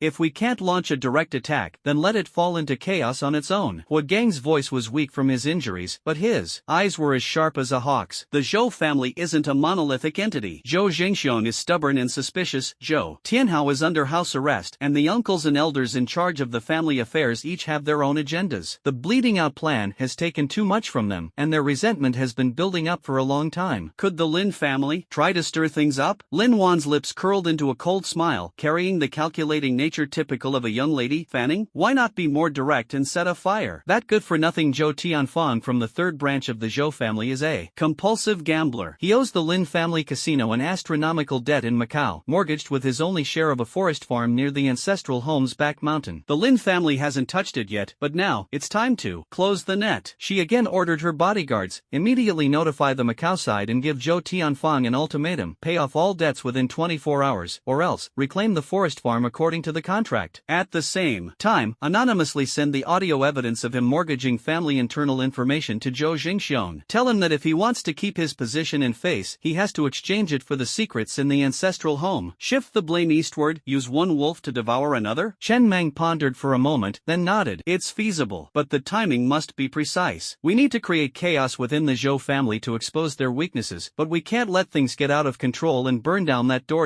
Once the strategy was determined, the once dormant machine of the rock began to operate at high speed again. Lin Wan was responsible for mobilizing the Lin family's vast resource network to ignite the fire. Within the Zhou family, Lei Pao and Hua Gang, leading the Sharp Blade team members who had partially recovered their combat strength under the guidance and cover of the Lin family's senior intelligence personnel, moved like incredibly precise ghosts, beginning the highest level of close reconnaissance and terrain replication around the Zhou family's ancestral home. The location of every sentry post, the routes, and time differences of patrol teams, even the frequency of dog barking and the slightest slackening during guard changes, were all silently recorded and analyzed, with the data transmitted back in real time. Chen Mang, stationed at the hospital, was preoccupied with two fronts: Wen Yuan, whose life hung by a thread in the life support pod, and the 3D model of the ancestral home, constantly being refined by the Lin family's technicians on the screen. He forced himself into a state of extreme calm, and, guided by Qin Wei during her busy breaks, attempted to immerse his consciousness in the vast nebula within his body, constructed of star marrow. A powerful yet gentle force flowed through his veins. Each guided thought was like precisely moving a star in a cosmic sea, bringing a stable and powerful sense of control. The star marrow not only solidified his power anchor but also allowed him to perceive the boundaries and flow of his own abilities more clearly. The mental energy stability curve on Qin Wei's monitoring instrument was gradually shifting from a violently oscillating, jagged shape to a smooth, resilient straight line. Late on the third night, the alarm light on the life support pod suddenly turned from red to green. The hatch slid open silently, and Wen Yuan's eyelids trembled as he struggled to open his eyes. His cloudy gaze swept over the crowd that had gathered around him, finally settling on Chen Mang's face. His chapped lips trembled slightly as he uttered weak but clear words: "Ancestral home, not a house. It's a locked door, keys, more than one." A tremendous fear flashed in his eyes, as if he had witnessed some indescribable horror. "They are sacrificing." Before the words were even finished, the ward door was suddenly pushed open. Bai Ge rushed in, her face filled with panic. The image projected onto her tablet was shaking violently, a hidden surveillance camera view from the back of the Zhou family ancestral home. In the video, several people dressed in the uniforms of the Zhou family's core guards were escorting a hunched figure covered by a black hood, quickly disappearing behind a heavy alloy door disguised as an artificial hill behind the ancestral hall. "Brother Mang, we just intercepted an encrypted communication. The sacrifice is ready. Activate the third node at midnight." "Damn it, they're sending people in." Almost simultaneously, the military tag Chen Mang wore close to his body suddenly burned. A cold, chaotic, and greedy evil will, like a lurking venomous snake awakened, violently assaulted his newly stabilized mind through the connection between the military tag and the fragments of law within his body. The nebula constructed from star marrow instantly burst forth with dazzling light, forcibly suppressing this evil throbbing that surged from the depths of the earth. Chen Mang grunted, the deep blue light in his eyes surging and then forcibly suppressed. He stepped to the front of Wen Yuan's cabin, his voice low and menacing like a volcano about to erupt. "Elder One, what is a node? Who is the sacrifice? What exactly are they sacrificing?" Wen Yuan's pupils contracted, his withered fingers gripping Chen Mang's arm arm tightly. With his last breath, he hoarsely uttered, "The node is the lock, and also the crack in the door. The sacrifice is the brand, the key. They are feeding the thing behind the door. Stop them. Otherwise, the door opens. Jiangchang will be utterly destroyed." Before he could finish speaking, a mouthful of blood spurted onto the pristine white sheets, a horrifying sight. Xinwei's expression changed drastically, and she immediately rushed to his aid. The brand key. Little fish. Chen Meng suddenly turned his head to look at the ward where Su Xiaoyu was, his heart sinking into an ice cave. He instantly understood why the Deep Ones had targeted Su Xiaoyu. Her spiritual brand was that living key. If the Zhou family couldn't capture Su Xiaoyu, they would have to use other sacrifices, but their ultimate goal was always that crucial key on Su Xiaoyu. Lei Pao. Hua Gang. Chen Meng's voice was like the clang of metal, resolute and decisive. Target the secret gate behind the ancestral hall of the Zhou family. Bai Gu, hack into all their internal surveillance and security systems immediately. Uncle Zhao, I need a completely clean, fast route directly to the outside of the ancestral home. Now, immediately. He glanced one last time at Wen Yuan, who had fallen unconscious again in the life support pod, and at the splattered blood. His eyes were as cold as ice. He turned and strode toward the door, each step firm and powerful. Lin Wan, guard this place. Guard Xiaoyu. Xin Wei, I'm entrusting old man Wen to you. He paused, his hand on the cold doorknob, and pushed it open violently. His voice was low but carried a resolute determination that seemed to tear everything apart. This deeply entrenched, century-old cancer. Tonight, I will uproot it completely. The night was as dark as ink, so thick it was hard to dissipate. The massive outline of the Zhou family ancestral home was hidden in the western, suburban mountains, like a sleeping giant beast. Only a few dim lights shone from the ancestral hall area, shrouded in an ominous stillness. Less than an hour remained until the midnight time indicated by Wen Yuan. Rock, this is Eagle Eye. Outer sentry shift change complete. Sentry posts number 3 and number 5 each have a 15-second blind spot. Repeat, 15 seconds. Rock received. White Dove, how's the security system? In 30 seconds, the ancestral home's internal surveillance system will enter routine maintenance mode, lasting 120 seconds. A worm has been implanted in the firewall, and there will be a 3-second delay in the backup power switchover. The communication jamming field is activating in 10 seconds. 9, 8. Sharp blade, move out. Chen Meng's deep voice came through the encrypted channel, like a cold steel blade being drawn from its sheath. As soon as he finished speaking, several figures, blending into the night, swiftly darted out from the area behind the ancestral hall, disguised as a rugged artificial mountain. Lei Pao's burly figure was unusually light at this moment. He hunted like a cheetah, precisely seizing the moment when the surveillance was maintained, and silently approached the hidden ventilation opening on the right side of the alloy door of the artificial mountain. He tightly gripped an inconspicuous black disc in his hand and gently pressed it against the cold alloy wall. A barely perceptible blue light flickered around the edge of the disc, and the high-frequency vibrations immediately damaged several key stress points inside the lock. There was no explosion, no fire, only a faint metallic groan, and the heavy alloy door slowly slid open a crack just wide enough for one person to pass through sideways. Just then, open the door, clear the area. Lei Pao shouted in a low voice, and quickly slipped inside. Hua Gang followed closely behind, his movements slightly slowed by his injuries, but his eyes remained as sharp as ever. He fired a series of shots from his specially made silenced pistol, and several Zhou family guards, who had just recovered from the shock of the monitoring failure and were about to check the abnormality of the ventilation duct, groaned and collapsed to the ground as if struck by an invisible hammer. The bullets precisely avoided vital organs, aiming only to instantly incapacitate them. Safe. Descend through the passage. Hua Gang's voice was calm and firm. Chen Meng was the last to slip inside. Before him was a downward-sloping metal passageway. The air was cold, thick with dust and an indescribable stench, like the stench of rusted metal and rotting blood. Dim emergency lights were embedded in the corridor walls, their light barely outlining the bottomless darkness ahead. The internal structural diagram provided by Baigu had become blurred here. Signal attenuation is deep, strong shielding layer present. White Dove's voice, accompanied by static, entered the earpiece. The thermal signal is concentrated approximately 100 meters ahead. Be careful. Without hesitation, the three formed a triangular assault formation and swiftly descended the steep metal stairs. Lei Pao led the way, Hua Gang guarded the flanks, and Chen Meng brought up the center. His spirit was like a fully drawn bowstring, the power of the star marrow slowly flowing through his body, and his senses were amplified to the extreme. He could clearly hear his own steady heartbeat and also catch the deep, rhythmic humming coming from below, as if some huge machine was running, or the beating of a heart. As they went deeper, the nauseating stench and the invisible mental pressure grew stronger. The military badge on his chest felt slightly warm, a reminder that a greedy wolf was lurking behind the door. Turn left ahead, there seems to be a guardhouse. Lei Pao's voice was extremely low. Just as we rounded the right angle bend, a blinding white light suddenly flashed, and a deafening alarm blared. Clearly, the internal security system here is independent of the main house's network. We've been exposed. Hua Gang instantly ducked, a bullet whizzing past his head and striking the metal wall, sending sparks flying. 3 guards dressed in black combat uniforms and carrying automatic weapons rushed out from the side door, their guns spitting flames. Suppress! Chen Mang roared, a flash of deep blue light in his eyes. His SS-level taunt ability was not unleashed at full power, but rather, under precise control, it transformed into an invisible mental shockwave that violently struck the consciousness of the 3 guards. The guards froze instantly, their eyes momentarily blank and confused, their gun barrels involuntarily pointing at each other's comrades. Although it was only a momentary loss of control, it was enough for elites like Lei Pao and Hua Gang. Bang, bang, bang. Precise shots, and 3 people fell to the ground. Lei Pao darted forward and threw a small stun grenade into the open guardhouse. After the flash and explosion, the chaos inside completely subsided. Hurry, time is running out, Chen Mang said in a deep voice. He could feel the buzzing below speeding up, and the fishy smell in the air was turning into a strange sweet fragrance. The 3 quickened their pace and rushed through the guardhouse area. At the end of the passageway, the space suddenly opened up, a vast and astonishing underground space appeared before them. The space features an irregular circular dome structure, with the dome and walls covered in obscure and indistinct ancient patterns that flicker with an eerie green light in response to the humming sound emanating from the central area. At the center of the space stood a massive circular altar cast from some kind of black metal. The edges of the altar were covered with twisted runes, while the center was recessed, forming a bottomless pool of blood. At this moment, the blood pool was churning with a viscous, dark red liquid, emitting a strong, sweet, and fishy smell. Around the altar, 7 figures dressed in dark blue robes and wearing hoods formed a circle, chanting in an ancient and eerie tone. At the edge of the altar, 2 people dressed similarly were pushing a figure with a black hood over his head and his hands tied behind his back toward the blood pool. The man's body was hunched over, as if he were struggling violently in silence. Sacrifice! Hua Gang's pupils contracted sharply, and he instantly raised his gun to aim at the escort. Stop the ritual! Chen Mang's gaze sharpened as he locked onto the high-ranking deep one presiding over the ritual at the center of the altar, who held a bone staff inlaid with a dark green crystal. Chen Mang could sense that the bone staff was constantly drawing energy from the blood pool and establishing a connection with a terrifying entity deep within the dome through the altar covered in runes. Make your move! Chen Mang's voice boomed like thunder. Lei Pao charged down like a tiger descending a mountain, swooping down on the escorts at the edge of the altar. Hua Gang's bullet struck the host's wrist with pinpoint accuracy. At the same time, Chen Mang's will acted like an invisible giant hand, unleashing its full power. This time, he no longer created widespread chaos, but instead concentrated a highly focused will of mockery, like an invisible sharp cone, fiercely piercing the spiritual core of that high-level deep diver. Roar! The high-level deep one let out an inhuman roar, his face twisted and deformed under his hood, and an eerie green light burst from his eyes. The bone staff in his hand suddenly stopped, and a layer of viscous green light screen instantly opened, barely blocking Hua Gang's bullets and most of Chen Mang's mental impact. However, his body staggered, and his chanting was interrupted. Taking advantage of the opportunity, Lei Pao rushed forward, smashing a guard away like a raging rhinoceros. With a backhand slash, he cut the ropes and pulled the sacrifice that was being pushed to the edge of the blood pool back. He ripped off the sacrificial offering's hood. A frightened, tear-streaked face was revealed. It was someone Chen Mang knew. That was Ad Lu's husband, Old Wu, who used to have a stall near the night market but was forced to stay away by the Zhou family. He had clearly been injected with some kind of drug and was in a daze, only able to tremble instinctively. Old Wu, Lei Pao was also stunned. Kill them! The sacrifice must not be interrupted. The deep one who was presiding over the ceremony roared, pointing his bone staff at Chen Mang and the other 2. The remaining deep ones revealed strangely shaped weapons gleaming with cold light beneath their black robes, and their bodies emanated varying degrees of mental fluctuations, clearly indicating that they were all either superhumans or modified warriors. The battle erupted instantly. On the narrow altar platform, sharp blades clashed with oddly shaped weapons, producing a piercing metallic clang. With a whooshing sound, Lei Pao fiercely punched and kicked a power-type modified warrior. Hua Gang moved nimbly through the flashing blades, accurately suppressing the psychic who was trying to cast spells. Chen Mang became the absolute core. He did not rush into the battle, but stood steadily at the rear, with the power of star marrow surging and flowing within his body. His eyes were deep blue like the sea, and his SSS-level taunt ability, under his precise control, demonstrated unprecedented tactical value. Whenever a deep one attempts to unleash a powerful mental attack or coordinate a coordinated attack, an invisible mental disturbance precisely pierces their consciousness node, instantly disrupting their rhythm, causing the attack to deviate or creating instantaneous hostility and chaos among companions. He was like an invisible conductor, manipulating the opponent's mind in the chaotic battlefield, creating opportunities for Lei Pao and Hua Gang to either deliver a fatal blow or evade. But that high-level deep one is the real threat. He waved his bone staff continuously, and green energy rays shot towards Chen Mang like venomous snakes, carrying a strong sense of mental mental corruption and spatial distortion. At the same time, he also attempted to redirect the power of the altar. We must destroy the altar's core. Chen Mang withstood a green ray, his star marrow power forming a pale golden halo on his body to isolate the corrosive energy, but the powerful impact made him groan and take a half step back. He could feel the energy in the blood pool being frantically drawn out by the bone staff, and the chilling will deep within the dome was becoming clearer and clearer, as if a giant beast was about to open its eyes. "Cover me!" Chen Mang roared into the communicator, suddenly unleashing the full power of his star marrow. He no longer diverted his attention to other enemies, but instead concentrated all his spirit and will, fusing it with the vast energy of the star marrow, condensing it into a pure, refined, deep blue, spiritual shockwave imbued with an indomitable resolve. That shockwave, like a tangible javelin, disregarded distance, and struck the bone staff in the hands of the presiding figure at the center of the altar. Guardian will destroy evil. The deep blue light collided violently with the eerie green light curtain. The entire underground space trembled violently. The ancient runes on the dome flickered wildly, emitting mournful cries of unbearable strain. The high-level deep-diving man let out a shrill scream as his bone staff was struck first. The eerie green crystal at the top of the staff cracked with a crack, becoming covered with spiderweb-like cracks. The condensed energy instantly went out of control and backfired. The blood pool at the center of the altar suddenly exploded into a huge wave of blood. The turbulent, viscous liquid seemed to come alive as it splashed wildly, staining the runes on the edge of the altar, which instantly dimmed. The humming of the altar abruptly ceased, replaced by the sounds of uncontrolled energy explosions and the roar of structural collapse. The energy node that had sustained the ritual was brutally destroyed by Chen Mang's all-out attack, which embodied his protective will and the power of star marrow. The high-level deep one spat out a mouthful of dark green blood, his aura immediately weakening, his eyes filled with disbelief, horror, and resentment. The ritual was forcibly interrupted, and the backlash severely injured him. At this critical moment, Chen Mang struck decisively, without hesitation. He knew that destroying the altar's core was the primary objective, and the mission was complete. Continuing, the fight would have unpredictable consequences should the Zhou family's peripheral forces react or other defense mechanisms in the underground space activate. Lei Pao hoisted the still-dazed Lao Wu onto his back, with Huagang following closely behind. The three of them quickly retreated upwards along the metal tunnel, just as they had come. Behind them came the deafening roar of the collapsing altar, the furious and desperate roar of the deep one, and an even more violent and malicious howl from the depths of space. The being behind the door was thoroughly enraged, but could not truly descend due to the destruction of the node. As I rushed out of the secret door of the artificial hill, a cold night wind rushed towards me. The white dove's voice came urgently. "Brother Mang, the Zhou family's guards have begun to assemble in large numbers towards the ancestral hall. The outer sentries have also been moved. The evacuation route arranged by Director Zhao is outside the southeast corner wall, and the pickup vehicles are already in place." Chen Mang did not hesitate. The three of them carried Old Wu and disappeared into the night like the wind, narrowly scaling the high wall and vanishing into the darkness before the Zhou family guards could surround them. The atmosphere inside the car was heavy. Old Wu was placed in the back seat. Huagang conducted a quick check and confirmed that he was just in shock. He was given a sedative and is currently out of danger. Lei Pao, panting heavily, was busy checking the equipment. Chen Mang leaned back in the passenger seat, closing his eyes to regulate his breathing. The power of the star essence was greatly depleted, but its operation remained stable. However, the dog license plate still carried an lingering burning sensation, indicating the rage and resentment of the evil will beneath the earth. "Did we succeed?" the driver of the rock team asked in a low voice, with a hint of excitement at surviving a close call. The node was destroyed, and the ritual was interrupted. Chen Mang opened his eyes, his gaze filled with not much joy, but only a deep solemnity. But the people were rescued, so it can be considered half a success. He looked out the car window at the Zhou family ancestral home, which resembled a ferocious beast in the night. The chaotic lights and voices from the direction of the ancestral hall could be faintly heard, but the main body of the manor remained silent, exuding the stubbornness of a centipede that does not die easily. "We destroyed one of their altars and killed a few of their henchmen," Chen Mang said in a low voice, "but the Zhou family's century-old foundation remains, and the deep ones are still lurking in the shadows. Tonight's operation has only torn off a layer of their skin, it has not yet crippled them." Lei Pao and Huagang nodded silently. Tonight's mission was a textbook example of a special operations raid, completed with 0 casualties and destroying a key target. However, against the deeply entrenched and powerful Zhou family and the mysterious Deep One's organization, this achievement was merely a drop in the ocean. "We need more manpower." Chen Mang's gaze was sharp as a knife as he stared at the rapidly receding night view outside the window. More advanced equipment, a stronger intelligence network, more stable allies, and more talented individuals. He thought of Wen Yuan's wisdom, Bai Ji's skills, Huagang's tenacity, Lei Pao's bravery, Qin Wei's professionalism, and the resources behind Lin Wan. A rock cannot be merely a sharp blade. We must become a true rock, the kind of rock that can crush crush all demons and monsters. The destruction of the altar was like a powerful punch, severely injuring the opponent, but it also made Chen Mang realize that the road ahead required a more solid foundation and greater strength. Accumulating resources, strengthening capabilities, and recruiting talent are all urgent matters. On the outskirts of Jiangcheng, a once somewhat dilapidated logistics warehouse area is quietly being revitalized. On the rooftop, the huge Pancher security logo has been repainted, reflecting a cold, metallic sheen in the sunlight. The warehouse interior has been partitioned and renovated, housing training grounds, tactical research rooms, equipment depots, an intelligence center, and staff living quarters. Although it still retains the simplicity of its early days, an efficient, professional, and disciplined atmosphere has already taken shape. A week has passed since the raid on the underground altar of the Zhou family ancestral home. Old Wu has been properly placed in a sanatorium far from Jiangcheng by Qinwei, and his body and mind are slowly recovering. Under the full treatment of Qinwei and the Lin family's top-notch medical resources, Wen Yuan has finally been out of danger. Although he is still too weak to get out of bed, his wise eyes have regained their luster, and he often stares at the encrypted data transmitted by the white dove in deep thought. Under the gentle care of the tranquil jade and the guidance of Qinwei, Su Xiaoyu has temporarily stabilized, but the occasional nightmares still leave a lingering worry on her face. On the Zhou family's side, a brief silence descended, as if a hornet's nest had been stirred up. Security at the ancestral home was increased several times over. Zhou Jingxion publicly claimed an attempted theft of cultural relics, while internally launching a whirlwind purge. Several collateral relatives connected to Zhou Tianfang were swiftly dealt with, creating an atmosphere of extreme tension. The deep diver, on the other hand, seemed to have sunk completely to the bottom, utterly silent. Everyone understood that this was merely the calm before the storm. Chen Mang sat in the newly arranged command room, with several documents displayed on a large electronic screen in front of him. The revised version of the Lin Group Strategic Investment Agreement has increased the amount several times over, and the additional clauses explicitly support Pancher's purchase of advanced equipment, expansion of its base, and recruitment of high-end talent. The special talent recommendation list provided by Zhao Jiangwo, several names on the list are circled and read and noted as trustworthy, possessing exceptional skills but in a difficult situation, and requiring resolution of identity issues. The preliminary report on the reverse engineering of deep diver relics, led by White Dove, highlighted the energy patterns of several metal fragments with eerie green patterns and a broken crystal recovered from the ancestral home altar area. These are quite different from known technological systems and contain great research value. Pancher Security Business Expansion Plan. Target customers are no longer limited to Lin family-related enterprises but are beginning to penetrate into the high-end finance, technology, and cultural and exhibition fields. Foundation. Chen Mang's fingers tapped unconsciously on the table, his gaze sweeping over the documents. The destruction of the altar was like a precise surgical operation, removing the lesion but not the disease itself. The rock needs a thicker layer of moss to stand firm in the coming storm. Brother Meng. Lei Pao burst through the door, his face beaming with excitement. That Huagang guy is a genius at training troops. In just a few days, he's managed to subdue several of the newly recruited troublemakers, and their tactical coordination is quite impressive. Also, the batch of simulated neural interference target drones that Baigu brought over are incredibly effective at training. They're even more exciting than real combat. Chen Mang nodded. Huagang's addition had indeed raised the training quality and efficiency of the Sharp Blade Squad to a new level. Have the additional batch of sonic shock grenades and micro-drone swarms from the Lin family arrived yet? Just arrived this morning, currently undergoing testing in the warehouse. Lei Pao grinned. Miss Lin has really gone all out this time. By the way, we've made contact with that old ghost that Director Zhao recommended. He's an expert in electronic warfare and traps, but he has a rather strange temper. He suffered a setback at the border before and is now holed up in a car repair shop. Huagang and I will go meet him this afternoon. Yes, be more respectful. It's normal for truly capable people to have a bit of a temper, Chen Mang advised. Talented individuals, especially veterans with special skills and experience, are the blood that Pancher desperately needs right now. At that moment, Chen Mang's private encrypted phone rang. It was an unfamiliar number transferred from the company's front desk from Cloud Top Gallery, a top private art gallery in the city. Hello Mr. Chen, this is Su Qing, the person in charge of Yunding Art Gallery. A capable and elegant female voice came through. I'm sorry to bother you. Our gallery will be hosting an extremely important special exhibition, Treasures of the Silk Road, next week. The exhibits include several priceless ancient gold artifacts and mural reproductions. The organizers and insurance companies have very high security requirements, and the security company we originally partnered with has encountered a problem and cannot meet the requirements. Ms. Lin Wan from the Lin family strongly recommended your rock security. I wonder if Mr. Chen would be interested in taking on this project? Time is tight, and if possible, we would like to discuss the details in person as soon as possible. possible. Chen Meng's eyes flickered slightly. Lin Wan's recommendation was entirely expected, and this is a crucial step for Panchur to move towards the high-end cultural and museum field. Hello Mr. Su, thank you for Ms. Lin's recommendation and for your gallery's trust. Panchur Security has comprehensive plans and extensive experience in handling high-profile artwork security. I can bring my team to your gallery in an hour for a preliminary site assessment and to discuss solutions. Is that convenient for you? Great, see you in an hour. Su Qing's voice revealed obvious surprise and a hint of relief. Located in the most bustling riverside cultural district of Wuhan, the Cloud Top Art Gallery's all-glass curtain wall shines brightly in the sunlight, exuding a strong modern art atmosphere. When Chen Meng arrived with Hua Gang and a team member skilled in electronic security, Su Qing and several gallery staff members were already waiting at the door. The assessment was conducted efficiently and professionally. Hua Gang was responsible for inspecting physical security, including entrances and exits, blind spots and surveillance, emergency exits, and riot control measures. The electronic security team carefully reviewed the existing monitoring systems, alarm devices, and network protection. Chen Meng, on the other hand, discussed in detail with Su Qing the exhibition process, VIP customer access, and escort plans. His thinking was clear and logical, and his proposed solutions were both professional and to the point. His assessment of potential risks made Su Qing nod in approval frequently. Just as the evaluation was nearing its end, an unexpected incident occurred as everyone stood in the separate exhibition hall where the most precious exhibits, a set of golden masks and scepters from an ancient Western region kingdom, were about to be displayed. The side door of the exhibition hall was suddenly pushed open, and a middle-aged man in a well-tailored suit, wearing gold-rimmed glasses and exuding a refined air, strode in anxiously, followed by two people who appeared to be his attendants. He spoke rapidly into his phone as he walked, his voice laced with suppressed anger. You must find out the truth. That document is related to a key proposal at next week's Provincial Economic Work Conference. If it's leaked or can't be found, the consequences will be unimaginable. I don't care what methods you use. He seemed too focused on the call to notice that the edges of the newly laid, yet to be secured, non-slip carpet in the exhibition hall were slightly curled up. He slipped and lost his balance, falling straight towards a display stand with expensive antique-style porcelain vases. Watch out! Su Qing and several staff members exclaimed, but they were too far away to stop them in time. At this critical moment, Chen Meng, who was closest, quickly made his move. He did not choose to help the middle-aged man, that would have likely caused them both to crash into the display stand. Like a cheetah poised to pounce, he slammed his left foot off the ground, unleashing astonishing speed in a tiny space, sliding almost across the ground. Just as the middle-aged man was about to crash into the display stand, Chen Meng precisely caught his upper body with his right hand, while his left hand shot out like lightning and grabbed the mouth of the rickety, valuable antique porcelain vase. The movements were fluid and swift, as fast as lightning. The middle-aged man steadied himself, still shaken, his gold-rimmed glasses askew. He stared blankly at Chen Meng, who had steadied him. Then at the hard edge of the display stand that was so close yet so close, almost shattered, and cold sweat broke out on his forehead. Thank you. He snapped out of his daze and quickly thanked him, his voice trembling with lingering fear. Two attendants behind him quickly surrounded him, staring at Chen Meng warily. It was nothing, I'm just glad you're alright. Chen Meng calmly put the porcelain bottle back in its place, as if the dangerous scene from just now had never happened. Su Qing quickly stepped forward and hurriedly introduced Secretary Zhang. It's so good that you're alright. This is General Manager Chun from Panchur Security, who's here today to evaluate our special exhibition's security plan. General Manager Chen, this is Secretary Zhang Mingyuan from the Municipal Party Committee Office. The Secretary of the Municipal Party Committee Office. Chen Meng's heart skipped a beat, but his expression remained calm. Secretary Zhang, hello. Zhang Mingyuan adjusted his glasses, his gaze fixed intently on Chen Meng. Chen Meng's lightning-fast reaction and composed movements had left a profound impression on him. Mr. Chen, what a skillful move. I really owe you a lot just now. Otherwise, with my old bones crashing into it, I wouldn't have been able to save the bottle, and I would have ended up in the hospital. He chuckled self-deprecatingly, then said seriously, Mr. Su, you definitely made the right choice in hiring Panchur Security. President Chen and his team's proposal is very professional, Su Qing quickly echoed. Zhang Mingyuan nodded, seemingly remembering something. He took a dropped briefcase from his attendant, rummaged through it, and handed Chen Meng a business card. Mr. Chen, this is my personal contact information. Thank you again for today's matter. I hope to talk to you another time when you have time. We also need a professional and reliable team like Panchur to handle the security work for some important events in our city. Chen Meng accepted the business card with both hands and said solemnly, Secretary Zhang, you're too kind. Panchur Security is always ready to contribute our strength to ensuring the safety of important events in the city. Zhang Mingyuan then gave Su Qing a few more instructions about the documents, and then hurriedly left with his entourage, clearly having other important matters to attend to. This unexpected incident actually made the subsequent evaluation process more more harmonious. Su Qing completely dispelled her doubts about Pan-Sure Securities' capabilities and finalized the cooperation agreement on the spot, with only the final details to be discussed and the contract signed remaining. A few days later, Pan-Sure Security officially signed a contract with Hentane Gallery and began intensive security arrangements for the special exhibition. At this time, Chen Mang received a call from Zhang Mingyuan's secretary. "Mr. Chen, this is Zhang Mingyuan. Are you free this afternoon?" Vice Mayor Li, who is in charge of the city's economy and security, would like to hear Pan-Sure Security's professional opinions on the security work for the upcoming Jiangcheng International Economic and Trade Forum. The location is the small conference room of the Municipal Party Committee. Chen Mang knew perfectly well that it was all thanks to Secretary Zhang's recommendation. "Secretary Zhang, thank you for your trust and for Vice Mayor Li's recognition. Pan-Sure Security will definitely be there on time." Although the afternoon meeting was brief, it was of great significance. Chen Mang, carrying a meticulously prepared security risk assessment report and contingency plan for the forum, presented a clear and concise explanation of the key points, potential risks, and robust professional response measures for the security of large-scale international conferences to Vice Mayor Li and several relevant department heads. Instead of boasting, he spoke with detailed data and past examples, some of which came from publicly available success stories provided by the Lin family and Director Zhao. His pragmatic and reliable attitude won unanimous approval from the leaders present. General Manager Chen is young and promising, and the professionalism and sense of responsibility of Pan-Sure Security are impressive. At the end of the meeting, Vice Mayor Li took the initiative to shake hands with Chen Mang. "We will seriously consider having Pan-Sure undertake some of the core area security work for this forum. Secretary Zhang, you will be responsible for following up on the specific coordination work." "Yes, Mayor Li." Zhang Mingyuan nodded with a smile, looking at Chen Mang with admiration in his eyes. As Chen Mang stepped out of the Municipal Party Committee building, the evening glow painted the sky a golden red. He got into his car, holding the preliminary letter of intent for security work of the Economic and Trade Forum bearing the letterhead of the Municipal Party Committee office, and felt its weight. This was more than just a business contract. It was the first time that Pan-Sure Security, through its professional capabilities and a serendipitous encounter, had truly opened the door to the periphery of Jiangcheng's power core. This signified limited official recognition of Pan-Sure, but also meant broader business opportunities and potential political resources. Higher-level connections. Chen Mang put the documents away and started the car. The rock-solid foundation, nurtured by many, was becoming increasingly solid at a visible pace. The Lin family's substantial capital and connections, Director Zhao's experience within the system and his gray area channels, Wen Yuan's wisdom, by GE's technical support, the loyalty and ability of veterans like Lei Pao and Hua Gang, and now, a connection facilitated by Secretary Zhang to a higher level. Talent, equipment, technology, allies, and approval from higher authorities. The moss on this rocky foundation is constantly spreading and thickening. Chen Mang looked out the car window toward the Zhou family's ancestral home in the distance, his eyes calm yet sharp. "Come on," he muttered to himself, stepping on the gas. The rock is covered with moss, waiting quietly for the wind and rain. The Jiangcheng International Convention Center, this magnificent modern building, has become the focal point for global capital and information. A huge poster for the Jiangcheng International Economic and Trade Forum hangs high, colorful flags flutter in the wind, and a red carpet stretches from the entrance to the main venue. Well-dressed business and political elites, hurried media reporters, and heavily armed security personnel together create a scene of interwoven prosperity and tension. As the security leaders for the core areas of this forum, the main venue, VIP rest area, and top-tier corporate exhibition area, the Pan-Sure Security Team's logo, though understated, is omnipresent. Wearing custom-made dark gray uniforms and Pan-Sure badges, the team members blend into the background like rocks, steadfastly guarding key points with impeccable posture. A monitoring network comprised of high-definition wide-angle cameras, thermal imagers, and miniature drones weaves an invisible net across the command center's massive screen. The command center was located in a converted medium-sized conference room inside the conference center. There was no noise, only the soft hum of equipment, the rapid tapping of keyboards, and the calm reporting of instructions. Chen Mang stood before the central main screen, his sharp gaze scanning the various split screens. Bai Ge sat at the technical desk, her hands moving rapidly, intently monitoring network traffic, abnormal signals, and the alarm thresholds of the AI behavior analysis system. The newly joined old ghost, an elderly man with gray hair, eyes as sharp as a hawk's, and thick, thin knuckles, smoked a pipe. Though smoking was prohibited, he just enjoyed it, focusing intently on the complex spectrum graphs flickering on an independent screen. This was the Ghost network system he had deployed to specifically monitor unconventional energy fluctuations and encrypted communications. Area A1, passageway clear, no abnormalities. B3 area, the VIP convoy has arrived safely and entered the designated parking area. Drone Swarm C Group is cruising normally at high high altitude and no suspicious heat sources have been detected. The network firewall is stable and there are no high-intensity attack attempts. Clear reports came through the encrypted channel. Hua Gang was in charge of on-site command and dispatch, while Lei Pao stood by as a mobile force. Everything appeared orderly, efficient, and professional. After a brief tour of the command center with several forum organizing committee leaders, Secretary Zhang Mingyuan highly praised Panshur's professional capabilities and technological strength. President Chen, it seems Vice Mayor Li's judgment was correct. Panshur is indeed reassuring, Zhang Mingyuan said to Chen Mang in a low voice before leaving. Chen Mang nodded slightly. It is my duty, and Panshur will do its utmost. The forum proceeded smoothly according to its agenda. Inside the main venue, speeches by distinguished guests drew rounds of applause. In the Enterprise exhibition area, various high-tech products and cutting-edge concepts attracted much attention. Panshur's security measures acted as a solid barrier, allowing participants to focus on exchange and cooperation with peace of mind. However, beneath the calm surface, undercurrents never cease. At 3 p.m., during the peak of the forum's visitor flow, a large number of media and potential partners gathered at the booth of New Star Energy, a renowned international new energy giant, located on the edge of the core exhibition area. The atmosphere was lively. The company was preparing to launch a groundbreaking battery technology. A sudden, piercing alarm, not pre-programmed by Panshur, blared from inside the Xinjiang Energy booth. Simultaneously, several large LCD screens around the booth went black, followed by flashing glaring red warning symbols and illegible gibberish. A pungent, strange odor, a mixture of rotten eggs and sulfur, quickly spread from the booth's ventilation openings. Ah, what's this smell? What happened? Why did the screen suddenly go black? Is it a fire alarm? The crowd immediately erupted into commotion, and panic spread rapidly like ripples. Command Center. An anomaly has occurred at the Xinjiang Energy booth in Zone B7. Unidentified alarm. Screen malfunction. Unidentified irritating gas leak. Panic among the crowd. The on-site team member reported urgently. White Dove. Chen Mang's voice instantly turned cold. Received. The alarm source has been disguised as an internal equipment malfunction signal, locked and attempted to be blocked. The screen has been hijacked by external signals, and we are tracing the source and countering it. Rapid analysis of gas composition is in progress. Hydrogen sulfide mixed with unknown volatile organic compounds. The concentration is rising rapidly, posing a risk of suffocation. This is not a conventional attack method. White Dove spoke extremely fast. Damn it, something's fishy. Old Ghost exhaled sharply from his pipe, his cloudy eyes fixed on his Ghost network screen. On the screen, an extremely weak signal source with rapidly changing frequencies was flashing wildly. High frequency, directional infrasound, hidden in the booth's sound system, targeting the core crowd at the booth. It can induce dizziness and nausea. Combined with that poison gas, it's clearly intended to create large-scale chaos and a stampede. Extremely insidious. Chen Mang's eyes turned cold. This was far from the Zhou family's direct and brutal methods. It was more like a meticulously designed soft sabotage that used the environment to create panic and harm. Was the target New Star Energy, or the order of the entire forum? Action. Chen Mang's command was resolute. Hua Gang. Activate the emergency evacuation plan immediately in Zone B7. Prioritize guiding the crowd to evacuate along the upwind safety passage. Rock team members, wear gas masks and use megaphones to stabilize the crowd and prevent stampedes. Mobile teams, carrying portable air purification devices, proceed to suppress the gas concentration. Lei Pao. Take the Sharp Blade squad and seal off all entrances and exits to the booth. Find the source of the release and the signal transmitter. Be careful, there may be a trap. White Dove. Suppress the hijacking signal with all your might and restore the screen. Track the source of the signal. Old Ghost, jam that infrasound source. Notify the venue's fire and medical emergency response teams. An unidentified gas leak and technical malfunction have occurred in Zone B7. Panshur has intervened and is requesting external support and medical standby. The instructions were concise and decisive, and quickly transmitted to every node. At the scene, Hua Gang's calm and collected voice rang out through the megaphone of the Panshur team members. Dear guests, please remain calm. This is a gas leak caused by a localized technical malfunction. Security personnel have secured the area. Please do not panic, follow instructions, and evacuate in an orderly manner towards the upwind direction. Repeat, orderly evacuation. The Panshur team members, well trained, formed a human wall, steadily guiding the panicked crowd with swift yet gentle movements. Several team members quickly donned gas masks and rushed into the area where the gas concentration was gradually increasing, activating portable air purifiers, and the pungent odor began to gradually neutralize. Lei Pao, accompanied by 2 elite team members, swiftly stormed into the booth like cheetahs. Behind the booth, a device disguised as an equipment box was hissing and spewing yellowish-green gas, while an inconspicuous signal repeater's indicator light flashed wildly nearby. Without hesitation, Lei Pao accurately destroyed the repeater with a single shot, while his other team member quickly covered the gas vent with a specially made sealing bag. Release source eliminated. Signal transmitter destroyed. In the command center, the screen in front of Baigu instantly cleared. The black screen of the Nova Energy booth immediately returned to normal, and the glaring warning symbols disappeared. The hijacking signal has been cleared. The source points to a gray van 500 meters southwest of the venue. Signal interrupted. The other party has cut off contact. Old Ghost roared at the same time. Infrasound interference successful. Damn, they ran really fast. The pungent odor was quickly neutralized by the air purifier. The infrasound stopped, and the source of the chaos was swiftly nipped in the bud. Under the efficient and orderly guidance of the Panshur team members, the panic among the crowd subsided rapidly. Although lingering fears remained, no serious stampede occurred. By the time firefighters and medical personnel arrived, the situation was largely stable. The crisis has been averted, but the impact is unavoidable. New Star Energy's press conference was forced to a halt. Its booth area was temporarily closed, and the entire forum was shrouded in gloom. Inside the command center, the atmosphere was heavy. Chen Meng stared at the last frame of the gray van on the screen, captured by a high-altitude drone, as well as the attack method that Baigu and Lao Gue had initially analyzed, highly professional, multifaceted, with a clear objective to create chaos to damage the reputation of New Star Energy and the order of the forum, and a strike and retreat without leaving a trace. It's not the Zhou family, Chen Meng said in a deep voice. Their style is completely different. They're more like hired sabotage experts or some secretive competitor. The method was extremely professional, exploiting vulnerabilities in the venue's system and blind spots in our pre-planned security. Hua Gang's voice came through the live channel, tinged with seriousness. If it weren't for Lao Gue's advanced deployment of the GhostNet, we would have had a hard time detecting those sonic attacks in time, and the consequences would have been unimaginable. Old Gue snorted softly, picked up his empty pipe again, and a hint of smugness flashed in his eyes. Baigu typed rapidly on the keyboard. The attack signal source used multiple layers of jumpers, ultimately pointing to an overseas public proxy server, making it extremely difficult to trace. The release device is a modified industrial component that can be bought on the market, with no obvious markings. The gas is a laboratory-grade mixture, very pure, and of a highly professional standard. Investigate. Chen Meng's eyes flashed coldly. Use all resources to thoroughly investigate the truck, examine recent unusual entry records, and find domestic and foreign forces with significant competition or conflicts of interest with Xinjiang Energy. Baigu, continue to investigate. Online traces. Lao Gue, analyze the residual infrasound frequency characteristics and energy patterns, and establish a feature database. Hua Gang, after completing the on-site evidence collection, immediately lead a team to investigate all possible secondary hazards in the venue. This sudden, shadowy attack was swiftly resolved by Panshur through efficient, professional, and multi-departmental collaboration. Although the mastermind was not caught, Panshur's adaptability under pressure, its technological prowess, and the crucial role played by new member Lao Gue were all put to the test in real combat. After hearing Panshur's initial report, the forum organizing committee, while regretting the unexpected incident at the Xinjiang Energy booth, highly praised Panshur's rapid response and crisis management capabilities. Vice Mayor Li even personally called to express his condolences and appreciation to Chen Meng and the Panshur team. The turmoil had temporarily subsided, and the forum was able to continue after security measures were strengthened. However, Chen Meng's anxiety only intensified. The Zhou family, this lurking viper, remained hidden in the shadows, with even more unfathomable masterminds lurking behind the scenes. And now, a third-party force with cunning and sophisticated methods had emerged. The waters of Zhangcheng were far deeper and more murky than he had imagined. The rock, this moss-covered foundation, having withstood a sudden attack from the shadows, is now being pushed into the center of an even more turbulent wave. Chen Meng stands in the command center, his gaze as resolute as a rock, watching the scene on the screen gradually return to order. The storm is coming. The rock has honed its blade, awaiting that moment. Inside the intelligence analysis room of the Panshur security base, the air seemed to thicken with the smell of data and gunpowder. A massive screen was divided into several sections. Left, traffic monitoring tracking map of the gray van, which eventually disappears at the exit of the Ring Expressway leading to Jiangqing Port. Above the center, a complex network attack attribution map constructed by White Dove, with countless lines and nodes extending overseas, ultimately pointing to several suspicious anonymous server clusters. In the lower middle section, Old Ghost's GhostNet system interface displays the captured infrasound spectrum characteristics, which are being cross-compared with a vast international special equipment database. Right side, analysis report of trace evidence, fibers, tire marks, chemical residues, collected by Hua Gang and his team from the attack site and the temporary parking spot of the van. The forum's clamor had subsided, but the engine within the rock-solid structure was running at full speed. Chen Meng stood before the screen, his gaze sharp as a hawk's. The sudden attack by the third-party forces was like a boulder thrown into a calm lake, the ripples of which were far from subsiding. This group acted covertly, employed professional unconventional methods, and had unclear objectives, their threat might even surpass that of the arrogant and domineering Zhou family. White Dove, to what extent have we pinpointed the source? Chen Mang asked in a deep voice. Bai Ge rubbed his bloodshot eyes, his fingers flying across the keyboard. The last few commands were, the initial springboard for the attack was in Southeast Asia, passing through 7 layers of encrypted proxies, ultimately landing at a node in the Caribbean called Ghost Harbor, a notorious center for cyber mercenaries and black market intelligence. The attackers were extremely cautious, leaving no direct identification information. However, through the unique coding style of the attack code and a few remaining digital fingerprints, I've linked it to the international commercial sabotage team codenamed Grey Fox. They operate in North America and East Asia, specializing in high-difficulty, non-violent sabotage jobs, with an excellent reputation and exorbitant fees. Grey Fox, Chen Mang pondered the name carefully. Can you find out who recently hired them? Especially those targeting Nova Energy. It's difficult, White Dove shook her head. Their transactions are all completed on the deep web, using untraceable cryptocurrencies. However, I've noticed that one of New Star Energy's main competitors, Europe-based Odin Energy, has been unusually active at the top recently, with a large amount of funds flowing to unknown destinations. Moreover, its cybersecurity department conducted high-intensity defense drills in the days before and after the forum incident, as if it were taking some kind of precaution. Although there is no direct evidence, it is highly suspicious. Old Ghost, how's the infrasound situation on your end? Chen Mang turned to Old Ghost, who was smoking a pipe and had a furrowed brow. Damn, these guys are using some pretty sophisticated stuff. Old Ghost said, pointing to the spectrum on the screen. This high-frequency directional infrasound generator is based on the Buzzer 7 from DARPA's non-lethal crowd control project 10 years ago. The project was halted due to ethical controversies and uncontrollable side effects, but some of the blueprints and technology ended up on the black market. Judging from the precision of the modulation and the energy output curve, it's clearly a custom-made product modified by a master. It's small, powerful, and highly concealed. There are no more than 5 organizations or teams in the world that can get their hands on and use this thing properly, and Grey Fox is one of them. What gang handed over a physical evidence report? This truck had a fake license plate. When it was found in an abandoned parking lot in the port area, it had been burned to a skeleton, and the method was extremely professional. The tire tracks indicate that it was a common heavy-duty van, but we found fragments of a special polymer insulation material in the remaining ash. This material is often used in the compartments of spacecraft or high-performance submarines. In addition, the residue of irritating gas contained a rare biocatalyst that can accelerate the volatilization of hydrogen sulfide. This stuff is almost impossible to find on the open market and is more like a byproduct of some biological laboratory. Clues converge, pointing to a highly specialized group called Grey Fox, who acquires cutting-edge and even prohibited equipment through special channels. Their employer is likely Odin Energy, a direct competitor of New Star Energy. But what is their motive? Is it merely to disrupt the press conference and damage a competitor's reputation, or is there a deeper purpose? For example, to prevent the demonstration or collaboration of a key technology? Continue digging deeper, Chen Mang ordered. White Dove, focus on monitoring Odin Energy's network dynamics and high-level communications, non-intrusive, analyzing only public information and abnormal patterns, and try to construct an indirect funding chain model between Grey Fox and Odin. Old Ghost, establish a modification feature library and infrasound feature library for Buzzer 7 and integrate them into our early warning system. What gang, hand over the physical evidence clues to Old One, and wait until he's feeling better to see if we can discover more connections. Once the order was given, the intelligence machine sprang into action once more. The efficiency, professionalism, and technological prowess demonstrated by Pancher in responding to crises and investigating leads acted like a growing magnet, attracting attention from all sides. A few days later, an unexpected visitor, accompanied by Zhao Jiangwo, arrived at the Pancher security base. The person who arrived was Lin Yu, a specialist from the Dragon Group. She wasn't wearing her signature uniform, but rather a well-tailored dark casual outfit. Her demeanor remained cool and capable, but she had lost some of her businesslike edge, gaining instead a hint of scrutiny and complexity. Zhao Jiangwo, on the other hand, looked slightly helpless and gave Chen Mang a knowing look, suggesting he should be careful. Chen Mang received them in the newly built, sleek and modern reception room. Without any pleasantries, Lin Yu went straight to the point, looking directly at Chen Mang. Chen Mang, the Dragon Group has been paying close attention to the recent developments of Pancher security, especially its outstanding responsiveness in ensuring security in the core area of the International Economic and Trade Forum. Chen Mang replied calmly, "It's my duty." Commissioner Lin, you flatter me. This is no compliment, Lin Yu said earnestly. Your experience in technological application, glancing towards the intelligence analysis room, recruiting specialized talent, combat, command, and responding to supernatural threats far surpasses that of ordinary security companies. She paused, carefully choosing choosing her words, the Dragon Group is the core force for the nation in responding to supernatural and high-risk anomalies. Our responsibility is to safeguard national security and handle crises that conventional forces cannot resolve. However, the Dragon Group's capabilities are not limitless. Faced with an increasingly complex and severe situation, we must recruit truly capable and responsible individuals and organizations. She leaned forward slightly, her gaze sharpening. Chen Mang, your abilities and the potential demonstrated by the Panshur team perfectly meet the selection criteria for the Dragon Group's External Special Operations Cooperation Unit. After evaluation, the Dragon Group's senior management has formally extended an invitation to you. If you and Panshur Security are willing to accept the Dragon Group's supervision and mission assignments and become our cooperation unit, you will gain higher-level intelligence sharing privileges, cutting-edge technical support, operational immunity within a specific framework, and the opportunity to contribute to national security. A brief silence fell over the reception room. Zhao Jiangwo remained silent, clearly prepared for this. Chen Mang remained silent for a moment, his fingers rhythmically tapping on the table. The Dragon Group's invitation signified the highest level of official recognition and unimaginable resource allocation, but it also meant deeper involvement in state secrets, stricter oversight, and a more dangerous mission. His initial motivation for creating Rockstone was to protect Su Xiaoyu and combat the imminent threats from the Zhou family and the Deep Ones. He had never considered the responsibilities of the nation. Commissioner Lin, Chen Mang began slowly, his voice steady. Thank you for the Dragon Group's recognition. Serving the country is the responsibility of every citizen. However, since its establishment, Panshur Security has only a shallow foundation. Everything we do is to protect those around us and resolve the threats at hand. We have our own goals and ways of doing things. He raised his head, meeting Lin Yu's scrutinizing gaze directly. The Dragon Group possesses enviable power and resources, but we currently prefer to maintain a relatively independent identity, providing assistance to the best of our ability in common goals, such as combating supernatural threats like the Deep Ones, through cooperation rather than subordination. As for deeper cooperation and national missions, Rock still needs time to grow, and it also needs to confirm that such cooperation will not deviate from our original intention of protecting those around us. This is a refusal, but it leaves room for maneuver. The attitude is firm yet measured. A barely perceptible hint of disappointment flashed across Lin Yu's eyes, as if she had anticipated it. She nodded. I understand your position. The Dragon Group respects the choices of every individual and organization, and the door to cooperation is always open. However, she changed her tone, a hint of warning in her voice. The Grey Fox you're investigating has a far more complex background. Their employer, Odin Energy, has close ties with several long-established European military-industrial complexes, and their technology may originate from some strictly controlled and taboo areas. If you dig deeper, you might touch upon a vast dark web far beyond commercial competition. The Dragon Group can provide some non-core intelligence about Odin and its affiliated military-industrial complexes for your reference. This can be considered our gesture of goodwill and observation. She left behind an encrypted data chip, then got up to take her leave without saying anything more. Zhao Jiangwo gave Chen Mang a wry smile and followed her out. Chen Mang took the small chip and weighed it in his hand. The Dragon Group's attention, recruitment, and this goodwill tinged with warning all clearly indicated that the ever-growing Rock had truly entered the sights of certain powerful national agencies. The road ahead was destined to be even more complex. He handed the chip to White Dove for decryption and analysis. Meanwhile, the intelligence analysis room also reported a new breakthrough. Brother Mang, there's been a major breakthrough. Bai Ji's voice was filled with excitement. Old Gui's infrasound signature database has just matched an extremely weak residual signal. It was just yesterday evening, near an abandoned shipyard on the west side of the port area. The signal source was extremely brief, like it was testing or making contact. Port area? Abandoned shipyard? Chen Mang's eyes narrowed, immediately connecting the dots to the last known location of the van that had disappeared. Lei Pao, Hua Gang, assemble the Sharp Blade Squad. Bring Old Ghost's equipment. Let's go meet this Grey Fox. The sharp blade of the Rock once again points to the enemy lurking in the shadows. Chen Mang knows that as the Rock continues to grow stronger, the gazes from all sides, whether well-intentioned, recruitment or malicious covetousness, will become increasingly intense. He must lead the Rock through this complex game of chess, forging a path of protection that is uniquely their own. In the western section of Jiangcheng Port, the abandoned ocean shipyard resembles a steel behemoth stranded by the torrent of time. Rusty gantry crane frames pierce the leaden sky, the massive dock is filled with sewage reeking of iron, and the sea-eroded, mottled factory buildings stand silently, their broken windows like empty eye sockets. The air is thick with the salty tang of seawater, the strange smell of rotting machine oil, and an unsettling stillness. 6 hours had passed since Old Ghost's GhostNet system captured that fleeting infrasonic signal. The Sharp Blade Squad, like cheetahs blending into the shadows, lay in ambush behind a bunker, piled high with abandoned containers containers on the outskirts of the shipyard. Chen Mang, Lei Pao, and Hua Gang, clad in dark gray urban combat uniforms, blended seamlessly into their surroundings, their faces painted with camouflage paint, their eyes sharp as eagles. Old Ghost, positioned further back, had a specially modified, complex device, the portable terminal of the Ghost Net, laid out in front of him, resembling an old-fashioned radio. Several antennas were crookedly pointed into the depths of the shipyard, and the spectrum on the screen pulsed like a faint electrocardiogram. The last stable signal appeared in the power distribution room area next to the number 3 dry dock, lasting less than 2 seconds. Old Ghost's voice was extremely low, transmitted to everyone's ears through bone conduction headphones, with a hissing sound of electricity. Damn it, these guys are more slippery than eels. They must have used counter-detection methods. White Dove, high-altitude visibility, Chen Mang commanded in a low voice. Drone swarm C group in position, infrared, thermal imaging, and electromagnetic scanning all activated. By GE's voice came from the base command center. Calm and clear. The dry dock area has an unusually low heat source, consistent with abandoned conditions, but the power distribution room, thermal imaging, shows 4 weak heat sources inside, distributed in a warning formation. The walls have an electromagnetic shielding layer. The internal situation is unknown. Multiple traces of passive infrared sensors and vibration sensors have been found on the perimeter, extremely well concealed and professionally executed. 4. Gray Fox cleanup teams or technical support. Hua Gang quickly judged. They may have independent power and communication systems inside. A direct assault is too risky and could easily trigger an alarm, allowing them to destroy evidence or escape. Old Ghost, how long can you silently disable their peripheral sensors? Chen Mang looked at Old Ghost with a determined gaze. Old Gui's cloudy eyes were fixed on the screen, his fingers flying across the terminal as he typed out a series of complex commands. Give me 3 minutes. I can create an electronic blind zone that covers the range of their peripheral sensors, simulating a state without anomalies. But I can't interfere with the activity inside the shielding layer, nor can I hide it from the people inside for too long. 3 minutes is enough. Chen Mang's eyes narrowed. Lei Pao, left flank, clear out any possible sentries on the perimeter. The target is the broken window on the left side of the power distribution room. Break in there. Hua Gang, right flank, make a feint with me to draw attention and cover Lei Pao. Lao Gue, once the countdown begins, maintain electronic suppression and remain on guard. 3 minutes, start. Old Ghost pressed the enter key abruptly. An invisible electronic storm instantly spread out from him, covering the entire target area. On the screen, the light spots representing the peripheral sensors immediately turned harmless green. 3 figures shot out of cover like arrows released from a bow. Lei Pao's burly frame displayed astonishing agility, moving swiftly like a gecko, clinging to the shadows of the rusted steel frame and containers. His target, the broken window on the left side of the power distribution room, half-board up. Chen Mang and Hua Gang, like ghosts, leaped across the open area in alternating tactical maneuvers, heading straight for the tightly closed, rusty main door of the power distribution room, their movements deliberately accompanied by the slight scraping of metal and the sound of footsteps. For well-equipped Grey Fox members, dressed in dark gray urban combat uniforms, immediately became alert. They were no ordinary mercenaries, their movements were synchronized and their eyes were calm and sharp. 2 quickly aimed their guns at the main entrance. One operated a portable monitoring terminal in front of him, showing that the external sensors were temporarily normal, but the internal sound detector had detected an anomaly, and the last one swiftly inserted a black device the size of a matchbox into the interface of a server-like device, his finger hovering over the confirmation button, clearly a pre-programmed emergency data destruction procedure. D1, D2, there's movement at the main entrance, a faint metallic sound and footsteps. 2 people. The sensors show no abnormalities, but something feels off, the monitor said in a low voice, his tone tinged with doubt. Team A, prepare to engage the enemy, non-lethal priority. Team C, data destruction program ready. The captain like D1 calmly ordered. Team B, check the left passage. The words had barely left his mouth. Boom! The wooden planks sealing the window on the left were smashed to pieces by a violent force from the outside in. Lei Pao crashed in like a human tank, rolled the moment he landed, and the non-lethal stun grenade in his hand flew out and rolled precisely towards the center of the room. A blinding white light and a deafening explosion instantly filled the small space. The 4 Grey Fox team members were well trained and reacted the moment the cannon hit the window, quickly closing their eyes and ducking to avoid the bright light and explosion, but the intense dizziness and tinnitus still made them pause. Enemy attack. Destroy. D1 roared, barely suppressing his discomfort. The C team member responsible for data destruction pressed the button abruptly. However, the expected data stream clearing indicator light failed to illuminate. Destruction failed. Equipment interfered with. Group C shouted in alarm. Just as Lei Pao charged in, an EMP patch the size of a button was precisely launched by Lei Pao onto the server's motherboard while it was tumbling. Lao Gui's ghost network interference, combined with this specially made EMP patch, completely paralyzed the data data destruction system. At the same time, the main gate was blasted open by Huagang using a small directional explosive device. Chen Mang rushed in like a cheetah, a flash of deep blue light in his eyes. Instead of releasing his SSS-level taunt ability on a large scale, he condensed it into two invisible mental spikes, which accurately pierced D1 and D2, who were aiming their guns at the thunder cannon. D1 and D2 felt as if their brains had been stabbed by a red-hot steel needle. The intense pain and momentary mental confusion caused their guns to involuntarily veer off course. In that instant, Lei Pao's fist and Huagang's stun gun were already upon them. The battle erupted instantly in the confined space, intense yet brief. The Grey Fox team members possessed exceptional individual skills, superb combat techniques, and seamless teamwork, but under Chen Mang's precise mental interference, Lei Pao's ferocious power, Huagang's tactical coordination, and Lao Gui's continuous external electronic suppression, they quickly found themselves at a disadvantage. One team member was knocked down by Huagang's stun gun, his body convulsing. Another was slammed into the bulletproof plate by Lei Pao's heavy punch, groaning as he slammed his head against the wall and lost consciousness. Captain D1 tried to draw his gun, but Chen Mang kicked the weapon away, followed by a precise chop to the side of his neck, and he collapsed to the ground. Only the technician remained, a member of Group C. He leaned against the cold server rack, gripping a tactical dagger tightly in his hand, his eyes filled with both despair and ferocity. "Put down your weapon, you still have a use." Chen Mang's voice was as cold as ice as he approached step by step. A glint of madness flashed in the technician's eyes. Suddenly, he raised his dagger, not to stab Chen Mang, but to stab his own carotid artery. Clearly, he had received rigorous training in prisoner defense. "Don't even think about it." Chen Mang's eyes narrowed, his will acting like an invisible iron clamp, instantly locking onto the technician's wrist, which was gripping the dagger. The powerful mental force caused the technician's arm muscles to stiffen and paralyze instantly, the dagger clattering to the ground. Huagang swiftly stepped forward and subdued him with a precise electric shock. Target cleared, all four subdued, one slightly injured, data equipment intact. Lei Pao reported quickly, while skillfully bandaging the prisoners and gagged them. Chen Mang walked to the server, his eyes fixed on the undestroyed encrypted data stream flashing on the screen, preparing to have Beige remotely access and crack it. At that moment, a clear, cold voice, carrying an undeniable authority, accompanied by distinct footsteps, came from outside the broken main gate. "Dragon Group has taken over the scene. Chen Mang, you may leave now. The prisoners and all physical evidence will be taken over by Dragon Group." Lin Yu, dressed in a sleek black combat uniform, appeared at the door accompanied by two equally well-equipped and imposing Dragon Group special agents. Her gaze swept over the chaotic scene and the subdued Grey Fox members, finally settling on Chen Mang. Her eyes held a complex mix of scrutiny and a touch of programmed coldness. Chen Mang slowly turned around, his camouflage makeup unable to conceal his sharp, piercing gaze as he stared directly at Lin Yu without hesitation. Invisible sparks seemed to fly in the air. The Rock team made their first kill, and the Dragon Group followed closely behind. The clues to the Grey Fox led to a far longer and more complex web than anticipated. Meanwhile, the first clash of ideas between Chen Mang and the Dragon Group regarding procedure versus efficiency and oversight versus independence quietly began in this abandoned shipyard filled with the smell of rust and gunpowder. Inside the abandoned power distribution room, the pungent smell of stun grenades, the rusty odor, and a faint stench of blood filled the air. For Grey Fox prisoners, tightly bound and gagged, lay sprawled on the floor, some with anger, others with despair in their eyes. The server, flashing with data that hadn't been destroyed, became the most conspicuous focal point in the room. Lin Yu's voice carried the cold authority unique to the Dragon Group, like a block of ice thrown into the sweltering air. The two Dragon Group special agents behind her had sharp eyes, their hands seemingly casually resting on their weapons at their waists, yet they exuded immense pressure. Chen Mang slowly turned around, his camouflage paint concealing subtle changes in his expression, but his eyes were sharp as unsheathed blades, unwavering. He didn't immediately respond to Lin Yu's command, but first scanned the subdued prisoners and the server, finally fixing his gaze on Lin Yu's face again. "Commissioner Lin, you acted swiftly." Chen Mang's voice was low and calm, revealing no trace of joy or anger. "Indeed, the Dragon Group's informants live up to their reputation. It's our duty." Lin Yu's answer was concise and formulaic. She took a step forward, looking directly at Chen Mang. "Grey Fox is an extremely dangerous international sabotage organization, and its operations may involve sensitive national technologies and security areas. According to Article 7 of Chapter 3 of the Special Regulations for the Handling of Supernatural and High-Risk Incidents, the Dragon Group has priority in handling such cases. Please evacuate immediately. All personnel and physical evidence at the scene will be taken over by the Dragon Group." Her tone left no room for argument, carrying the natural advantage granted by procedure. Huagang and Lei Pao followed closely behind Chen Mang, their muscles tense, watching the Dragon Group members warily. Old Ghost also poked his head out from behind cover, his face showing displeasure. "Priority disposal rights?" Chen Mang's lips curled into a faint smile, tinged with sarcasm. Before the people from Panshur risked their lives to break in, subdue the target, and preserve the evidence. Where were the Dragon Group's priority disposal rights? Were we supposed to wait until they destroyed the data, killed the witnesses, and escaped before cleaning up the mess? These words were sharp as a knife, directly pointing to the Dragon Group's slow action and rigid procedures. The special agent behind Lin Yu's expression changed slightly, and her own eyes sharpened instantly, but she still maintained her composure and calmly replied, Chen Mang, watch your words. The Dragon Group's actions are based on a comprehensive consideration and are not something you can speculate on. The existence of procedures is to ensure the legality of the operation and reduce unnecessary chaos and losses. Losses? Chen Mang's gaze swept over the prisoners and servers on the ground. If we hadn't acted first, this place would have been a pile of scrap metal and corpses long ago. Is this what you call minimizing losses? He took a step forward, his invisible aura pressing down on people. Commissioner Lin, we risked our lives to capture people and get what we wanted. You can take over, no problem, but Panshur is not a subordinate of the Dragon Group. We have no obligation to hand over our hard-earned results for nothing. Lin Yu frowned deeply. Are you trying to negotiate? It's about stating the facts. Chen Mang stood firm. Gray Fox attacked the forum, were responsible for security, and their target was our clients. Panshur has the right and the responsibility to investigate to the end. You can take away witnesses and evidence, but Panshur must share the core intelligence for the follow-up investigation, especially all information about Odin Energy, the employer behind Gray Fox, and its associated military-industrial complex. That's the bottom line. The air seemed to freeze. The authority of the Dragon Group clashed fiercely with the independent will of the rock in this cramped and chaotic space. Lin Yu's gaze was like an icicle, trying to pierce through Chen Mang's disguise and see his true thoughts. Chen Mang, however, remained as steady and unwavering as a rock. The silence lasted for a few seconds, broken only by the distant howling of the sea wind and the faint sounds of the prisoners struggling. Finally, the coldness in Lin Yu's eyes subsided slightly, replaced by a complex emotion. She understood that Chen Mang was right. Although the Dragon Group's intelligence network was vast, it was indeed inferior to the unorthodox organizations like Panshur, which were deeply rooted in the front lines and willing to take risks in terms of timeliness and flexibility. Moreover, Chen Mang's core proposal was information sharing, not a demand for the Dragon Group's core resources or power, which was within her authority and could be accommodated. Chen Mang, Lin Yu's tone softened, but she still maintained a businesslike indifference. Dragon Group acknowledges Panshur's contribution to this operation. Regarding the investigation information on Gray Fox and its affiliates, Dragon Group will share key information with Panshur as appropriate, provided that intelligence security is ensured and subsequent operations are not affected. For this purpose, a formal and limited intelligence exchange channel and confidentiality agreement need to be established. Discretionary? Chen Mang was dissatisfied with the vague word, but he also understood that this was the biggest concession the Dragon Group could make. He glanced at the prisoners on the ground, especially the technician with the despair in his eyes. This man is crucial. His confession may directly point to Odin. I must ensure that he lives, and that rock has the right to know his confession. The safety and interrogation of prisoners will be handled by the Dragon Group's professional team. That's the bottom line, Lin Yu stated decisively, then added, however, non-sensitive core parts of the interrogation reports can be included in the sharing scope. This was already the maximum concession Lin Yu could make within her authority. Chen Mang knew that continuing the stalemate would be pointless and would only anger the Dragon Group. He nodded, all right. I hope the Dragon Group keeps its word. He waved to Hui Gang and Lei Pao. Disarm and hand the men over to the Dragon Group. Old Ghost, pack up the equipment, we're leaving. Although reluctant, Lei Pao quickly untied the temporary restraints on the prisoners, leaving only the professional restraint devices provided by the Dragon Group. Hui Gang silently piled the captured Gray Fox squad weapons on the ground. Two special agents behind Lin Yu quickly stepped forward to take over the prisoner, their movements professional and efficient. The other agent walked towards the server and began physical isolation and initial checks. Lin Yu's gaze fell on Chen Mang's face again, her tone carrying a hint of meaning. Chen Mang, the Dragon Group has seen your abilities and efficiency, but being too sharp can easily lead to self-destruction. The waters of Jiangchang run deeper than you imagine. Take care of yourself. After speaking, she didn't linger, taking the prisoners and the server hard drive retrieved by the special agents, and turned to walk towards the black unlicensed van parked outside the factory. The Dragon Group's vehicle quickly disappeared into the shadows of the abandoned factory area. Damn it! All that work has turned into someone else's wedding dress. Lei Pao kicked a piece of rusty iron on the ground with a loud bang. Hui Gang patted him on the shoulder and looked at Chen Mang. Brother Mang, is the Dragon Group reliable? Chen Mang stared intently in the direction where the Dragon Group's vehicles had disappeared, his eyes deep. Whether we believe it or not is not up to us. But the chips are still in our hands. He pointed to an inconspicuous miniature recorder on the side of his tactical helmet. The entire operation was recorded, and the the server data was also remotely mirrored and backed up by White Dove. Old Ghost, your ghost network should have intercepted quite a few residual communications from the scene just now, right? Old Ghost chuckled and patted his precious terminal triumphantly. That's right. These bastards did a very thorough job of blocking, but my ghost network is specifically designed to catch those that slip through the net. Although it was intermittent, I still managed to catch a few keywords: Odin, Project Hummingbird, Deep Diver, and a string of encrypted coordinates. A glint of light flashed in Chen Meng's eyes. Deep divers? They actually mentioned deep divers too? This undoubtedly confirmed his previous guess. The actions of Grey Fox were indeed unfathomable. Pack all the records and intercepted information, encrypted at the highest level, and send it back to base for Baigu and Elder One to analyze, Chen Meng ordered. The Dragon Group wants to monopolize it? Not so easy. We only deserve to talk about sharing with them if we have the information ourselves. Just then, Chen Meng's private communicator vibrated. It was Lin Wan calling. Chen Meng, how are things over there? Are you alright? Lin Wan's voice was filled with obvious worry, amidst a noisy background. Just finished, everything went smoothly. What's wrong? Chen Meng keenly noticed the change in her tone. I just received a message at home. Secretary Zhang let me know, Lin Wan said in a low voice, that a few old guys in the city who have close ties with the Four Seas gang, as well as a few security company owners whose business we've taken from them, got together this afternoon and whispered for a long time. They seem to be very dissatisfied with our cross-border operation, saying things like, we've broken the rules and lawless, and they might be up to something. The Four Seas gang? Chen Meng's eyes suddenly turned cold. Although the Zhou family hadn't fallen yet, these hyenas who had come at the first sign of trouble were already baring their fangs impatiently. Just as Pancher severed the claws of Grey Fox reaching towards Jiangcheng, the shadow of the Dragon Group followed closely behind like a leech, while the local jackals of Jiangcheng were already secretly stirring. The road ahead was treacherous, strewn with thorns. But Chen Meng clenched his fists, his heart unwavering, a rock, never afraid of challenges. In the dimly lit intelligence analysis center of the Pancher base, encrypted data streams flowed like a waterfall across a massive screen. The air was thick, with the aroma of coffee and an almost stagnant atmosphere of focused concentration. Bai Ji's fingers flew across the keyboard, the rapid, drum-like tapping echoing through the room, her glasses reflecting the screen's eerie blue light. On a makeshift hospital bed nearby, when Yuan leaned back, his face, still pale, but his intelligent eyes were fixed on another split screen displaying fragmented communications intercepted by Old Ghost's ghost network. Chen Meng stood in front of the main screen, his brow furrowed. The brief victory of the shipyard operation had long been overshadowed by the urgency of reality. Lin Wan's warning hung like the sword of Damocles overhead. The shadow of the Dragon Group had not yet dissipated, and the mention of deep divers behind Grey Fox made the situation even more unpredictable. Brother Meng, the initial decryption of the mirror data is complete. Bai Ji's voice was a mix of fatigue and excitement. The server mainly contains detailed logs of Grey Fox's operation, target assessment reports, and technical penetration plans targeting vulnerabilities in the equipment at the Nova Energy booth. The core of it points to a sub-project codenamed Project Hummingbird. Project Hummingbird? Chen Meng's eyes narrowed. That's right. Baigu pulled up several charts. According to the logs, their core objective wasn't just to disrupt the press conference, but to take advantage of the chaos. To implant a specially made miniature signal repeater disguised as a circuit module of the booth into the core display device of Nova Energy, the Stardust prototype battery. Implantation? What gang leaned closer? Are they trying to steal the technology? It's not entirely theft. When Yuan's weak but clear voice rang out, he pointed to several keywords in the communication that Old Ghost had intercepted. Combining these: deep diver, resonance frequency, energy spectrum. I have a hypothesis. He took a deep breath. Grey Fox, or rather its employer Odin Energy, may not simply be coveting Nova Energy's battery technology. Their real goal is to monitor and obtain the unique energy fluctuation spectrum generated by the core energy unit, which may use some new type of superconducting or lattice material of the Stardust battery under extreme output conditions. This spectrum may have some unknown resonance or mapping relationship with some energy form mastered by the deep diver, or with the energy spectrum of the fragments of law. Chen Meng's heart skipped a beat. You mean, the battery technology that Nova Energy unintentionally developed has energy characteristics that are actually close to the power of the deep ones or fragments of the law? Highly suspected. When Yuan asserted, the implant in Project Hummingbird is actually a high-precision energy fluctuation recorder. Their goal was to secretly implant it during the chaos and sabotage, and then capture the unique energy spectrum through remote monitoring during subsequent battery testing or demonstrations. This method is far more covert and deadly than directly stealing the technology blueprints. Once the enemy grasps the patterns of the energy spectrum, combined with the technology that the deep ones might provide, the consequences are unimaginable. They might reverse engineer even more terrifying weapons, or find more efficient methods for detection, interference, or even new ways to utilize fragments of laws. This deduction struck like a thunderbolt in the command center. What was initially thought to be nothing more than sabotage by commercial espionage turned out to be a far-reaching, supernatural technological conspiracy. The military-industrial complex behind Odin Energy and its shady cooperation with the Deep Ones were far more complex and dangerous than imagined. We must immediately notify Nova Energy to locate and destroy that implant. Lei Pao roared. It's too late. Bai Gu pulled up another set of data, her face grim. The operation log shows that the implantation process was successfully completed amidst the chaos. Moreover, just 3 hours ago, the Hummingbird signal sent its last encrypted data packet to the preset overseas relay station. Although it was intercepted and partially disrupted by our firewall, the core data has very likely been leaked. A chill instantly spread through the air. Despite all the precautions, the enemy still took the crucial step. How's the sharing going with Commissioner Lin? Hua Gang asked in a deep voice, a hint of anticipation in his voice. If the Dragon Group could provide crucial intelligence about Odin or the Deep Ones, perhaps they could still salvage the situation. Chen Mang glanced at his communicator, having received no message from Lin Yu. A cold smile crept across his lips. It seems we'll have to use our own leverage to push for the Dragon Group's discretionary sharing.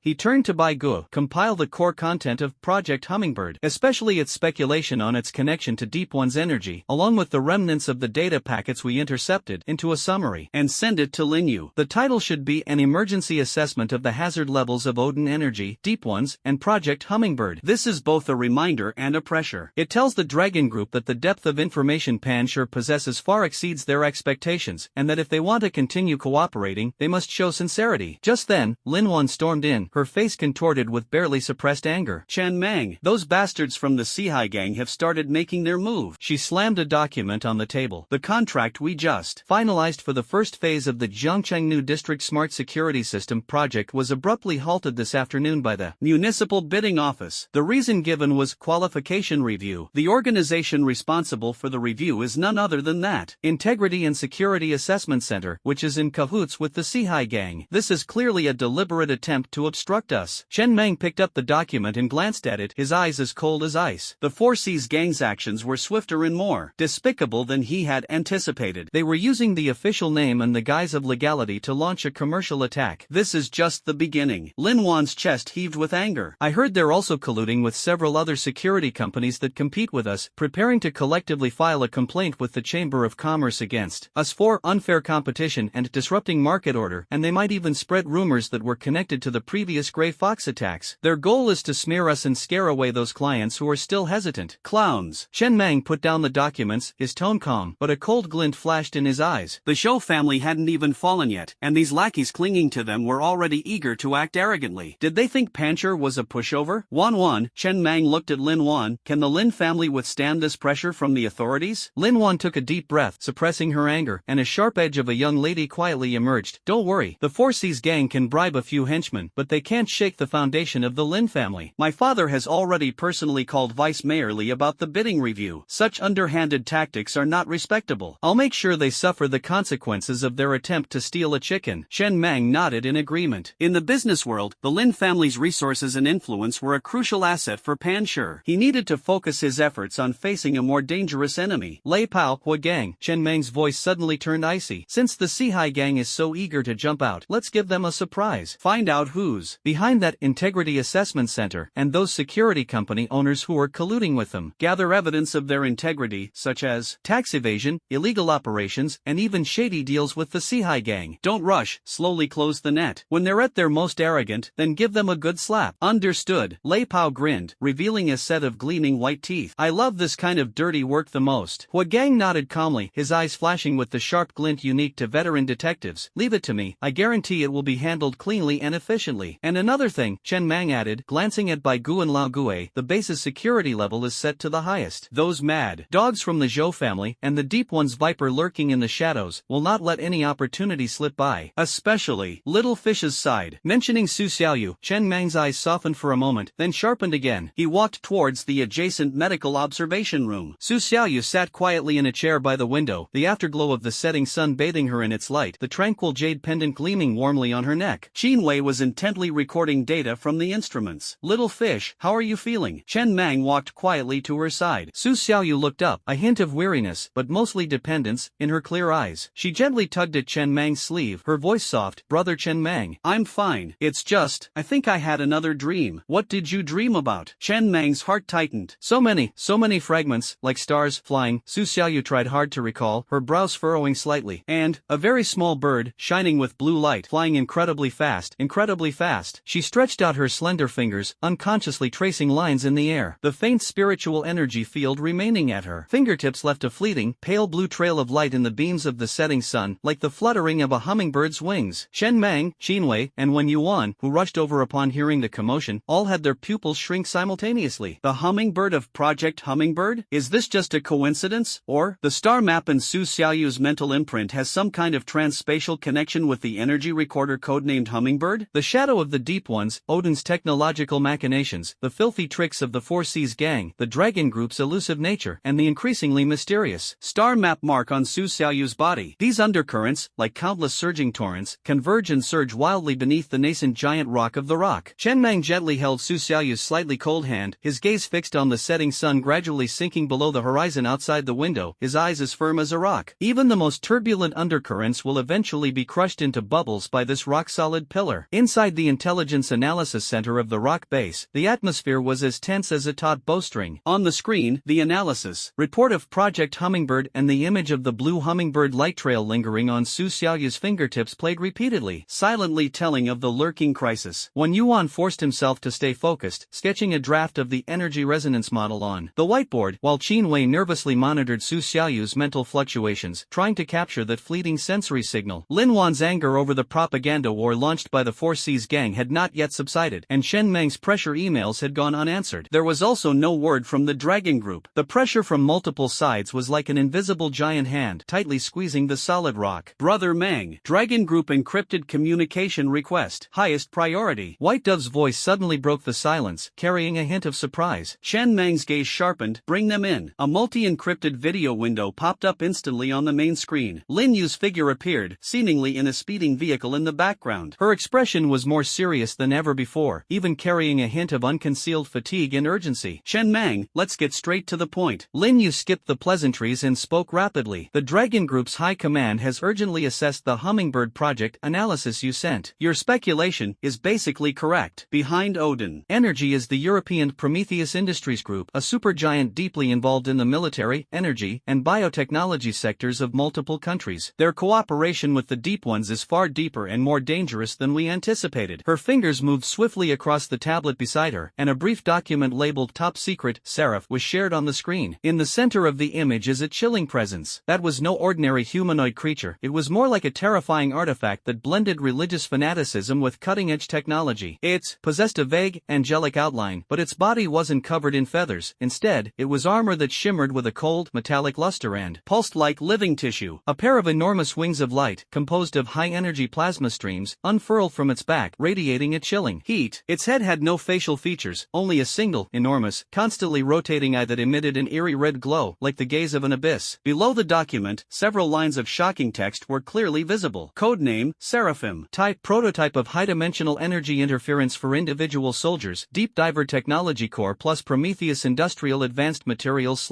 / Weapon Platform. Status, experimental subject, number, S01. Energy characteristics, extremely unstable. Its spectrum shows significant homology with the law fragments and hummingbird recording bands. Threat level, SSS, potential risk of city destruction. Latest intelligence, 3 hours ago the S01 experimental subject went out of control at a secret test site in the Baltic Sea, destroying the test site and all observers, before disappearing without a trace. The last active signal from its onboard Eye of the Abyss main detector vaguely points to the coastal region of East Asia. Seraph, city-destroying level? Lei Pao gasped. Even he could feel the terrifying weight behind that name. Prometheus. The Deep One. Chen Mang stared intently at the mechanical angel on the screen, which looked like it had stepped out of a hellish scroll, his eyes sharp as knives. What exactly do they want to do with this thing? The specific purpose is still unknown, but considering the Hummingbird project and the Deep One's obsession with the gate, the most logical speculation is that Prometheus Industries intends to use the forbidden energy knowledge provided by the Deep Ones, derived from the gate or fragments of laws, to create the ultimate key or weapon. Lin Yu's voice was as cold as metal. Seraphim was their most insane attempt, but clearly, they played with fire and got burned. This out-of-control monster, carrying destructive energy and an unstable abyss eye, is likely approaching us. Her gaze was fixed intently on Chen Mang. The Dragon Group has mobilized its entire global force to track down Seraphim. Seraphim. However, Its energy shielding technology is extremely advanced, rendering conventional detection methods almost ineffective. you possess a unique detector. Her gaze seemed to pierce through the screen, pointing towards Su Xiaoyu in the adjacent medical room. Her mental imprint is acutely sensitive to that unique energy fluctuation. This is currently the only hope for catching a trace of Seraphim. You want to use small fish as bait? Chen Mang's voice instantly turned icy, and the atmosphere around him suddenly became dangerous. It's not bait, it's an anchor point. It's an early warning. Lin Yu said firmly, without backing down. We don't have time to argue. If Seraphim enters a densely populated area, the consequences will be unimaginable. The Dragon Group needs to share real-time data on the abnormal fluctuations of Su Xiaoyu's mental imprint, combining it with our space-based and ground-based monitoring networks to build a tracking model. This is the only way to prevent disaster. For this, the Dragon Group promises instantly share all non-core intelligence regarding Seraphs, Prometheus Industries, and the Deep One's cooperative mode. They provided a prototype of the Dragon Group's latest psionic beacon device, which could greatly enhance and stabilize mental perception, reducing the burden on Su Xiaoyu herself. After confirming the location of Seraph, the Dragon Group will lead the cleanup operation, while Rock can participate in perimeter security or provide necessary support. Operational immunity will also take effect simultaneously. We will do our utmost to assist Pan Sure in dealing with harassment from local forces such as the Sea High Gang and ensure stability in the rear. The offer was generous and showed great sincerity, but its core demand was directed at Su Xiaoyu, the one Chen Mang was determined to protect at all costs. Chen Mang fell silent, an immense pressure weighing on his heart like a mountain. On one side was the potential annihilation of Jiangcheng, and on the other, the unknown risks Su Xiaoyu would face. His gaze fell once more on the cold, single eye on the screen, as if it too were staring at him, bringing a suffocating, deathly pressure. I need to talk to Xiaoyu's doctor and also ask for her own consent. Chen Mang finally spoke, his voice hoarse and heavy. Okay. The psionic beacon device and intelligence packet will be transmitted through the encrypted channel in 5 minutes. Chen Mang, we don't have much time. The movement trajectory of Seraphim shows that it may enter the coastal area of East Asia in at most 48 hours. Please make a decision as soon as possible and notify me immediately. As soon as Lin Yu finished speaking, the communication was cut off. The command center fell into a deathly silence. Everyone was speechless, stunned by the terrifying threat of the Seraph and the imminent crisis before them. Brother Mang, this. Lei Pao looked at Chen Mang, hesitating to speak. Sending Xiaoyu to sense that kind of monster, just thinking about it made his heart tremble. Chen Mang did not respond and strode towards the medical observation room. Qin Wei and Wen Yuan followed closely behind. Inside the medical room, Su Xiaoyu seemed to sense the tense atmosphere outside, and a hint of unease appeared on her face. Qin Wei quickly and clearly explained to her the threat of the Seraph, the Dragon Group's request, and the function and potential risks of the psionic beacon. After hearing this, Su Xiaoyu's face paled slightly, and a hint of fear flashed in her clear eyes, but it was quickly replaced by a deeper determination. She raised her head and tightly grasped Chen Mang's sleeve. Brother Chen Mang, that big iron bird, is it really that scary? Will it hurt a lot of people? Chen Mang gazed into her pure yet worried eyes, his heart aching as if being cut by a knife. He crouched down, looking her in the eye, his voice gentle yet earnest. Yes, little fish, it is indeed terrifying. But as long as we can find it and stop it, we can protect many people in our home. Su Xiaoyu pursed her lips, her long eyelashes trembling slightly. She recalled Brother Chen Mang, who had helped her at the night market, the figure he had saved in Wutong Alley, and the uncles and aunts at the rock base who had always protected her. She didn't want to see them get hurt, nor did she want this place, protected by Brother Chen Mang, to be destroyed. I'm not afraid. She mustered her courage, her voice soft but unusually firm. Sister Qin Wei said, that beacon can help me, and protect me. Brother Chen Mang, I want to help. I want to protect everyone. Qin Wei added at the opportune moment, the design principle of the psionic beacon is to guide and amplify, theoretically forming a protective mental barrier, to reduce the risk of the core imprint being impacted. I will monitor the entire process, and will immediately stop operation once the threshold is exceeded. Chen Mang gazed into Su Xiaoyu's eyes, at the courage and determination beyond her years, and felt a complex mix of emotions, heartache, pride, and a heavy sense of responsibility. He took a deep breath, as if making a firm decision, and gently stroked her hair. Good, little fish, you are the bravest warrior. He stood up, his eyes instantly sharpening like an eagle's, and gave the order with unwavering resolve. Qin Wei, immediately prepared to receive the Dragon Group's psionic beacon and conduct security and compatibility tests. White Dove established the highest level one-way encrypted data channel with the Dragon Group transmitting only Xiaoyu's mental fluctuation data. Old Ghost, your GhostNet will fully cooperate, focusing on scanning for abnormal spatial distortions and energy dissipation. Hua Gang, base to maximum combat readiness. Activate all active defense systems. Lei Pao, the Sharp Blade Squad is fully armed and ready to respond to any sudden attack. Lin Wan, Shen Mang answered the communicator. Those smears from the Four Seas gang, throw them back at me hard. Use the fastest speed and the most ruthless methods. I want to shut these noisy flies up before the Seraphim arrives. The backyard of the rock must not be allowed to catch fire. The command resounded like war drums throughout the rocky base. The oppressive atmosphere was instantly replaced by a do-or-die fighting spirit. Everyone knew that the Railstorm was approaching. The shadow of the Seraph loomed over Jiangcheng, while the rock, this giant that stood firm in the wind and rain, had already raised its head and prepared to meet the world-ending impact. Chen Mang's gaze pierced through the alloy walls of the base and was cast into the unknown distance. There, a mechanical angel burning with hellfire was flapping its wings and flying in. Inside the medical observation room of the rock base, the atmosphere was so heavy it seemed to freeze the air. Su Xiaoyu sat quietly in a specially designed sensor chair, a simple, warm-glowing metal ring, a psychic beacon, on her wrist. Countless fine, hair-like optical fibers extended from the beacon, connecting to sophisticated monitoring instruments around them. Qinwei stared intently at the screen, fine beads of sweat forming on her forehead. When Yuan leaned against the wall, forcing himself to analyze the waterfall-like stream of data. In the base command center, the main screen was divided into several areas. One side was an encrypted Dragon Group shared data stream, continuously updating the scanning information of space-based satellites, coastal radar stations, and deep-sea sonar arrays. The other side was the Ghost Network system, which was being operated at full capacity by White Dove and Old Ghost, closely monitoring the energy anomalies in Jiangcheng and the nearshore area. And at the very core was a real-time dynamic spectrum, as dazzling and complex as a cosmic nebula, transformed from Su Xiaoyu's mental fluctuations. Chen Mang stood firmly in front of the main screen like a pillar of strength, his gaze fixed on the nebula map. Less than 24 hours remained until the 48-hour deadline warned by Lingyu. The invisible pressure made the air in the command center seem to solidify, suffocating everyone. Energy injection is stable, mental barrier activated, beacon functioning well. Qinwei's voice came through the internal communication system, tinged with tension. Little Fish is stable and is attempting to actively guide the sensor, focusing direction, Southeast Sea area. Following Qinwei's guidance, Su Xiaoyu closed her eyes tightly, her long eyelashes trembling slightly. The light from the psionic beacon on her wrist circulated faster, and faint yet highly directional ripples began to appear in the core area of the nebula map on the main screen, which represented her mental fluctuations. Like a pebble thrown into a calm lake, the ripple spread outwards, pointing directly to the southeast. GhostNet detected a faint spatial ripple. Coordinates: XXX east longitude, XXX north latitude, approximately 120 nautical miles from the Jiangcheng coastline. The direction matches. Old Ghost slapped his thigh and shouted excitedly. The space-based infrared telescope has detected an abnormal heat source. The local temperature of the seawater in the target area has risen unnaturally. Dragon Group codename Eagle's Nest confirmed. White Dove reported almost simultaneously. Deep-sea sonar array has detected a high-speed moving target. Size cannot be accurately determined. Speed supersonic. Trajectory is unpredictable. Matches the characteristics of Seraphim. Hua Gang stared at the sonar data shared by the Dragon Group, his voice heavy. Lock onto it. Chen Meng's voice rang out like metal clashing, instantly igniting the entire command center. White Dove, pack up all of Xiaoyu's mental coordinates, Ghost Network data, space-based heat source information, and sonar trajectory, and transmit them simultaneously to the Dragon Group's command ship Kunlun with the highest priority. Data transmission in progress. Dragon Group confirms receipt. Kunlun has activated its over-the-horizon radar lock. Deep in the distant East China Sea, the atmosphere was equally tense in the operations center of the Kunlun, the command ship belonging to the Dragon Group Special Operations Fleet. On the massive 3D nautical chart, a blood-red dot representing extreme danger moved with incredible speed and an unpredictable trajectory. Multi-source information streams from the rock solid, like precise navigation beacons, were fixed intently on that dot. Target confirmed. Seraph S-01. The entire fleet is on high alert. Air defense and anti-missile systems at maximum power. Depth charges ready. Demon Slayer main guns begin charging. The captain's deep voice echoed in the operations center. Dragon Group Tingsha and Gauchan special operations teams, prepare to board. Carry space anchor and psionic disruptor missiles. Mission: restrict target maneuverability and create an opportunity for the Zhuxie main gun. Lin Yu's voice was calm and firm. She stood on the bridge, her gaze piercing through the porthole, locking onto the turbulent sea to the southeast. A hunting operation led by national power and supported by Panchur suddenly unfolded in the vast skies and beneath the surface of the East China Sea. The destroyer flotilla led by the Kunlun swiftly deployed into battle formation, like sharks hunting at sea. A dense barrage of anti-aircraft missiles was launched, weaving a deadly fire net across the airspace where the target might breach. Depth charges rained down on the sea ahead of the target, attempting to force it to reveal itself or change course. However, the Seraph displayed terrifying maneuverability. Like a ghost in the deep sea. It evaded most attacks by changing direction at incredible angles, diving, and even briefly distorting space between sonar lock-on and missile attacks. When its huge plasma wings swept across the sea surface, they stirred up large clouds of white mist, leaving behind scorching trails of death. Target evasion successful. Speed not slowed. 90 nautical miles from the coastline. The radar operator's report was tinged with anxiety. Tunsha and Gauchan squads, attack. Lin Yu decisively gave the order. Two specially modified, dark gray heavy helicopters roared into the sky from the deck of the Kunlun, like raptors swooping down on their prey, heading straight for the target sea area. Inside the cabin, elite special operations team members of the Dragon Group, wearing exoskeletons and equipped with special weapons, had sharp eyes, like unsheathed blades. Rock base. The target is accelerating. Its trajectory points directly to the anchorage outside Jiangcheng port. White Dove's voice was filled with terror. It's trying to force its way onto the shore. If this city-destroying monster were to enter the densely populated port area, the consequences would be unimaginable. Commissioner Lin, how much longer will it take for the Exorcist main gun to recharge? Chen Meng's voice was transmitted directly to the Kunlun via an encrypted channel. 70%. At least 5 more minutes. Lin Yu's voice was unusually grave for the first time. Tengsha squad report. Target is releasing strong electromagnetic interference. All guided weapons are ineffective. We cannot approach. 5 minutes. A fierce light flashed in Chen Meng's eyes, and a crazy and resolute thought instantly formed in his mind. Lei Pao. Hua Gang. Lao Gue. Come with me. Bai Gu. Immediately give me the highest level of access to the Kunlun ship's gunfire control unit. I want to manually calibrate it myself. Brother Meng, what are you planning to do? Lei Pao exclaimed. Activate rock. We'll guide it. Chen Meng's voice was resolute. Old Ghost, bring your howl generator that temporarily enhances mental perception. Hua Gang, bring all the phase jamming grenades. Xin Wei, I need the limit value of Little Fish's perception intensity. Synchronize it with me in real time. The order left no room for discussion, and everyone instantly understood Chen Meng's plan to use the rock itself as bait and a beacon to attract the attention of the Seraphim and by the Dragon Group's exorcising evil main cannon those crucial 5 minutes. Chen Meng, are you crazy? That's a monster capable of destroying a city. Lin Yu shouted in the communication channel. No time to hesitate. Do as I say. Give me the aiming authority for exterminate evil. Chen Meng roared, already charging towards the helicopter pad on the top floor of the base. There, the rock. Solid assault transport helicopter, heavily modified by the Lin family and equipped with additional armor and vector thrusters, started its engines, its rotors whipping up a violent blast of air. The authority is granted. Chen Meng, come back alive. Lin Yu's voice trembled slightly, knowing this might be her only chance. Like an arrow released from a bow, the rock hurtled towards the turbulent East China Sea at near maximum speed under Lei Pao's control. Inside the cabin, Chen Meng stared intently at the blood-red dot representing the seraph on the screen, and at the more precise vector guidance transmitted by Su Xiaoyu through mental sensing. His left hand rested on the secondary terminal connected to the psionic beacon, feeling the mental link between Su Xiaoyu and the beacon fluctuating violently due to fear and overload. Little fish, hang in there. Believe in your brother. Chen Meng silently prayed in his heart, his gaze firm. Target locked. Distance 30 nautical miles. Altitude 50 meters underwater. It's accelerating upwards. Old Ghost clutched his ghost howl generator, the data on the screen jumping wildly. Lei Pao, fly close to the sea surface. Hua Gang, prepare chaff. Lao Gue, fully activate the ghost howl generator and howl it. Chen Meng shouted the order. The rock flew at high speed, almost skimming the crest of the waves. Old Ghost suddenly pressed the button, and an invisible shriek wave, mixed with strong mental interference and a specific energy frequency, pierced the sea area where the seraph was located through a special transducer, like an invisible spear. Beneath the sea, the mechanical angel burning with eerie blue flames suddenly halted. The eye of the abyss flickered violently, as if it had been strongly disturbed and provoked. It abandoned its original trajectory toward the port, and its plasma wings burst forth with blinding light. Like an enraged sea god, it tore through the giant waves with destructive force, swooping down on the helicopter that it saw as tiny as a fly yet was unusually noisy. It's here. Hua Gang's pupils contracted sharply as he watched the terrifying figure bursting through the waves outside the porthole, exuding endless pressure. Without hesitation, he threw out all the phase interference grenades in his hand. The grenade exploded in the air above the sea, without a flash, but it created a distorted field of light and spatial disorder. The seraph's massive body collided with the force field, its speed noticeably slowing down, and its energy shield fluctuated violently, emitting a piercing buzz. But its huge plasma wings swept out suddenly, and a violent energy shockwave crashed towards the rock like a giant wave. Pull up! Lei Pao roared as he yanked the control stick. The helicopter narrowly escaped the edge of the energy surge, its fuselage groaning under the strain, alarms blaring incessantly. Coordinate calibration. Longitude XXX.XXX, latitude altitude XXX, altitude 0, exterminate evil, fire. Ignoring the violent shaking of the machine and the piercing alarm, Chen Mang's eyes were bloodshot as he roared into the communicator. At this moment, the mental perception transmitted from Su Xiaoyu through his left hand reached an unprecedented peak of clarity, precisely pointing to the core of the seraph, that rotating abyssal eye. On the distant bridge of the Kunlun ship, the massive exorcising evil electromagnetic railgun was already brimming with destructive energy, and eerie blue arcs of electricity leaped at the muzzle. Target coordinates locked. Exterminate. Fire. The captain and Lin Yu gave the order almost simultaneously. Boom. A torrent of blue energy, so thick and brilliant that words could not describe, tore through space and traversed dozens of nautical miles at an unimaginable speed, striking the Seraphim precisely as it had just escaped the phase field and was preparing to launch a fatal blow against the rock. There was no earth-shattering explosion, only an intense light. It was a pure and destructive light that instantly engulfed the arrogant mechanical angel. Its body, as solid as living armor, melted like ice and snow, its massive plasma wings crumbled inch by inch, and its spinning abyssal eye emitted a silent shriek as if from the deepest abyss, before vanishing into nothingness. As the light faded, only a massive, slowly rotating whirlpool and billowing steam remained on the sea surface. The city-destroying threat, Seraph S-01, was reduced to ashes by the fearless combined efforts of the Dragon Group and Rock. The Rock hovered precariously above the edge of the explosion. Inside the cabin, Chen Mang slumped weakly in his seat, his combat uniform soaked with sweat. Silence filled the communication channel, broken only by his heavy breathing. His gaze fell on the left-hand secondary terminal. Su Xiaoyu's mental graph had stabilized, but the lingering, intense fluctuations at its peak indicated the immense pressure she had just endured. Target destroyed confirmed. Lin Yu's voice finally rang out again, with a hint of relief and a hoarse tone. Repeat, Seraphim has been destroyed. Chen Mang. Pan Sure, well done. Chen Mang didn't respond, only wearily closing his eyes. A surge of relief at surviving the ordeal, mixed with an even deeper weariness, welled up within him. The demonic claws that had reached out from abroad had been utterly severed in this sea that belonged to the east. Trailing thick smoke and scars, the rock landed shakily on the helipad on the top floor of the base, like a weary eagle returning to its nest. The gusts of wind whipped up by the rotor dispersed the strong smell of gunpowder, but could not dispel the heavy exhaustion and the heartbeat of survivors inside the cabin. The hatch opened, and Chen Mang was the first to jump out, his steps slightly unsteady. The intense mental strain, coupled with the near-death experience of driving and commanding at the edge of life and death, had left even this tough man showing signs of exhaustion. Hua Gang followed. Closely behind, supporting the pale-faced old ghost, who was clutching his precious ghost howl generator and nearly collapsed. Lei Pao was the last to disembark. Although this tough man's face showed obvious fatigue, his eyes remained sharp as he warily scanned his surroundings. The medical team, which had been waiting on the tarmac, rushed forward. Xin Wei's gaze immediately locked onto Chen Mang. Seeing that he had no obvious external injuries, only great mental exhaustion, she breathed a slight sigh of relief. She then turned to Lao Gui, who was being carried off on a stretcher, to conduct an emergency examination. Little fish, how is little fish? Chen Mang asked Xin Wei in a hoarse voice, ignoring his own condition. Overloaded with mental energy, she fell into a deep self-protective coma the moment the seraph was destroyed. Xin Wei spoke quickly, with the calmness of a professional doctor. Her vital signs are stable, and the remaining energy from the tranquil jade and the psychic beacon is still nourishing her spiritual core. She needs time to recover and is not in immediate danger, but this overexertion may have unknown effects on her imprint, so she needs to be continuously monitored. Chen Mang's heart sank, and he strode towards the medical area. Outside the VIP ward, through the glass, he saw Su Xiaoyu lying quietly on the bed, her face pale, her breathing weak and steady, as if she had fallen into the deepest sleep. The tranquil jade pendant beside her pillow emitted a soft glow. Lin Wan sat by the bed, holding Xiaoyu's hand tightly, her eyes red-rimmed. Seeing Chen Mang approach, she cast a worried and questioning glance at him. Chen Mang shook his head slightly, indicating that Xiaoyu was alright for the time being, but his fist clenched quietly at his side. To protect this city, to protect more people, he had made the most important person in his life bear such a heavy price. The taste of this victory was bitter and heavy. Chen Mang. Bai Ji's voice came through the communicator, tinged with exhaustion and excitement. The first batch of intelligence shared by the Dragon Group has been decrypted, and Lin Wan sighed. The trouble with the Four Seas gang seems to have been resolved as well. Chen Mang took a deep breath, suppressing the gloom in his heart, and turned to walk towards the command center. He couldn't let his emotions get the better of him now. Pan sure needed to digest the victory and deal with the aftershocks that would follow. Inside the command center, a huge screen displays decrypted files shared by the Dragon Group. The title is breathtaking. Prometheus's Fire, Odin Energy and Deep Diver Technology Transfer and Seraphim Project Evaluation Report. Excerpt. The contents of the document reveal shocking inside information. Technology source: the Deep Ones provided Prometheus Industries, Odin's parent company, with some of the basic theories based on on the energy properties of the fragments of laws, as well as forbidden technologies involving space distortion and high-dimensional energy guidance. In return, Prometheus Industries provides the Deep Ones with a wealth of rare materials, cutting-edge industrial equipment, and even assistance in capturing individuals with specific mental imprints, early test subjects. The essence of Seraph is Prometheus Industries' insane attempt to weaponize the key theory delivered by the Deep Ones. Its core lies in creating a humanoid turret capable of forcibly tearing through space, connecting dimensions behind doors, or directly drawing upon their destructive energy. S-01's loss of control stems from its inability to truly control the violent energy from higher dimensions. Regarding subsequent risks, Prometheus Industries still has backup research data at its Baltic Sea test site, most of which has been destroyed by the Dragon Group Global Operations Team, but it's not impossible that they might use the data stolen by Hummingbird to make improvements. Although the Deep Ones have lost some technological investment as a result, their core objective of opening the door remains unchanged, and they may resort to more extreme measures. So, those missing mental imprinters were used as bargaining chips in a deal. Hua Gang stared at the report, his eyes blazing with anger. A bunch of lunatics, Lei Pao roared. They actually used living people as a bargaining chip to create this world-destroying thing. Chen Mang stared silently at the report, his eyes cold. The intelligence was invaluable, clearly revealing the true nature of the demonic alliance between Prometheus Industries and the Deep Ones, and their ruthless ambitions. This time, the Dragon Group had finally delivered on its promise. How's the situation with the Four Seas gang? Chen Mang turned to ask Lin Wan. Lin Wan finally showed a relieved smile and handed the tablet in her hand to Chen Mang. Take a look at this. On the screen are the latest pinned announcements from the Jiangcheng Business Daily and several influential accounts that spearheaded the smear campaign against Pancher. Jiangcheng Business Daily, apology and clarification statement regarding previous reports on Pancher security, admitting that the reports were seriously inaccurate and the information was not verified. The newspaper apologized to Pancher security and the public. The editor-in-chief subsequently resigned. Influential account A, I was misled and exploited by criminals to spread false information. I apologize to Pancher security and will suspend this account indefinitely. Influential accounts B and C issued similar apology statements. Their accounts have been suspended. Further down is the initiative on maintaining a good business environment in Jiangcheng issued by the Jiangcheng Chamber of Commerce, which criticizes certain behaviors of malicious competition and disruption of order without naming them, and announces that the bidding review for the first phase of the Jiangcheng New Area Smart Security System project has been completed, with Pancher Security having excellent qualifications and being confirmed as the winning bidder. What's going on? Chen Mang was slightly surprised. After all, he had not yet used the evidence to retaliate. It was the Dragon Group's doing. A hint of awe flashed in Lin Wan's eyes. While Commissioner Lin Yu was risking her life at sea, she sent me an encrypted file. It contained bank statements and audio recordings showing the head of the Integrity and Security Assessment Center accepting huge bribes from the Four Seas gang and falsifying assessment reports, as well as chat logs and transfer receipts of those influential figures who were paid to spread rumors. The evidence is irrefutable. She paused, a cold smile appearing on her lips. I anonymously sent these materials to Vice Mayor Lee, the Municipal Commission for Discipline Inspection, and the provincial newspaper's secret investigation email address. Within 2 hours, the Integrity Assessment Center was shut down, and the person in charge was taken away. Those big V's and the security company boss who colluded behind them were so scared that they issued apology statements and begged for mercy. Seeing the situation, the Chamber of Commerce immediately returned the contract to us. This time, the Seahai gang has completely suffered a major setback and will not dare to show their face again for a while. The Dragon Group acted swiftly and decisively, eliminating all traces of the Four Seas gang in officialdom and public opinion. Their promise to solve the problem was executed in a textbook manner. Suppressed cheers erupted in the command center. The troublesome Four Seas gang, like a fly swatted dead, had temporarily stabilized the situation at the rear, which undoubtedly injected a powerful boost into the utterly exhausted Rock. Chen Mang stared at the apology and winning bid notification on the screen, his heart filled with mixed emotions. A brutal sea hunt had yielded crucial intelligence, stability at home, and an important official project. The foundation of their organization seemed to have grown even stronger after being tempered in blood and fire. Brother Mang, there's more news from the Dragon Group. Aigu pointed to another document she had just received. Commissioner Lin Yu said that, in view of Pan Sher's outstanding contributions and demonstrated strength in the Seraph incident, the Dragon Group's top leadership, after evaluation, has officially granted Pan Sher Security the qualification of National Strategic Security Cooperation Unit, preliminary. The relevant qualification documents, access to some non-core databases, and a special fund have been distributed through encrypted channels. She hopes we can resume operations as soon as possible and looks forward to deeper cooperation. National Level Strategic Security Cooperation Unit, prospective. This is not just a title, but a recognition from the highest level of government, meaning that Panchur has been formally included in the national security purview and will have the opportunity to access higher level and more core tasks and resources in the future. The command center fell silent for a moment, all eyes turning to Chen Mang. Lei Pao and Hua Gang's eyes gleamed with excitement and pride, while Bai Gu and Lao Gue couldn't hide their joy. Even when Yuan, lying in his hospital bed, wore a relieved smile. This honor and status were earned with his life. Chen Mang stared at the electronic badge on the screen, a symbol of national recognition, and remained silent for a moment. Then, he walked to the huge floor-to-ceiling window and gazed at the lights gradually illuminating the homes outside the base. Zhangcheng, the city they had sworn to protect with their lives, appeared peaceful and serene at this moment. With great power comes great responsibility. Joining the Dragon Group means deeper involvement and a more perilous journey. But having experienced the city-destroying crisis of the Seraph, Chen Mang understands better than anyone how insignificant an individual's or an organization's power is when faced with overwhelming forces. Only by relying on the nation and integrating resources can they protect the lights of countless homes and the important people around them. Reply to Commissioner Lin. Chen Mang turned around, his voice steady and firm, as unbreakable as a rock. Rock Security accepts this recognition and responsibility. We will get back to normal as soon as possible and be ready to fulfill our duties as a national-level strategic security cooperation unit. His gaze swept across every tired yet resolute face in the command center. Brothers, we have proven the value of the rock. But this is just the beginning. The remnants of the Zhou family have not yet been eliminated, the deep ones lurk in the shadows, and Prometheus's conspiracy has not yet dissipated. Heal your wounds, sharpen your blades. The road ahead will only be more difficult and more magnificent. Yes, everyone responded in unison, their voices tinged with exhaustion, yet burning with fighting spirit and high morale. Forged in fire and blood, the rock's majestic form has already begun to show its towering potential, and the foundation beneath it, thanks to the Dragon Group's approval, official endorsement, and the prestige earned through countless fierce battles, has become heavier and more solid than ever before. The embers have not yet cooled, and a new journey has already begun beneath its feet. The smoke of battle and the tension of the moment slowly dissipated from the rock base like the receding tide. Under Qin Wei's meticulous care and the gentle nourishment of the tranquil jade, Su Xiaoyu finally opened her eyes after 3 days of unconsciousness. Although her face was still pale and she appeared somewhat weak, her clear eyes shone with renewed light, though occasionally they were slightly hazy, as if fragments of light and shadow from the depths of the star map still lingered. The doctor announced that she needed to rest quietly for a long time and avoid any mental stimulation. The plaque designating it as a national-level strategic security cooperation unit, Perspective, was solemnly hung by Lei Pao in the most prominent position. In the base's lobby, reflecting a dignified glow in the sunlight, special funding and database access were in place. Bai Gu and Lao Gue were immersed in the sea of technology, while Hua Gang led the Sharp Blade Squad in post-battle debriefing and adaptive recovery training. Everything was returning to normal, but the air was no longer thick with the smoke of battle. Instead, it held an atmosphere of relief and a desperate need to catch one's breath. That evening, the setting sun bathed the training ground in a warm golden light. Lin Wan, carrying an elegant food box, shuffled in on her high heels. She saw Chen Mang lounging lazily against an armored vehicle, a cigarette dangling from his lips. Smoking was a no-smoking rule set by Qin Wei, directing Lei Pao and several team members to clean the rock tank, which was covered in sea salt stains. His signature training uniform sleeves were casually rolled up to his elbows, revealing his muscular forearms. His face carried his usual roguish air, but his eyes were much more relaxed than usual. Hey, Chen Mang! Lin Wan's clear voice rang out, carrying the imperious air typical of a young lady, but the smile in her eyes was undisguised. Look at you guys, all covered in dust and dirt. After the war, all you do is huddle in the base and rot? Chen Mang spat out the cigarette from his mouth. He was especially mindful of where Qin Wei might appear, raised an eyebrow at her, and smiled lazily. Miss Lin, what brings you here? Are you here to offer some comfort? His gaze swept over the food box in her hand.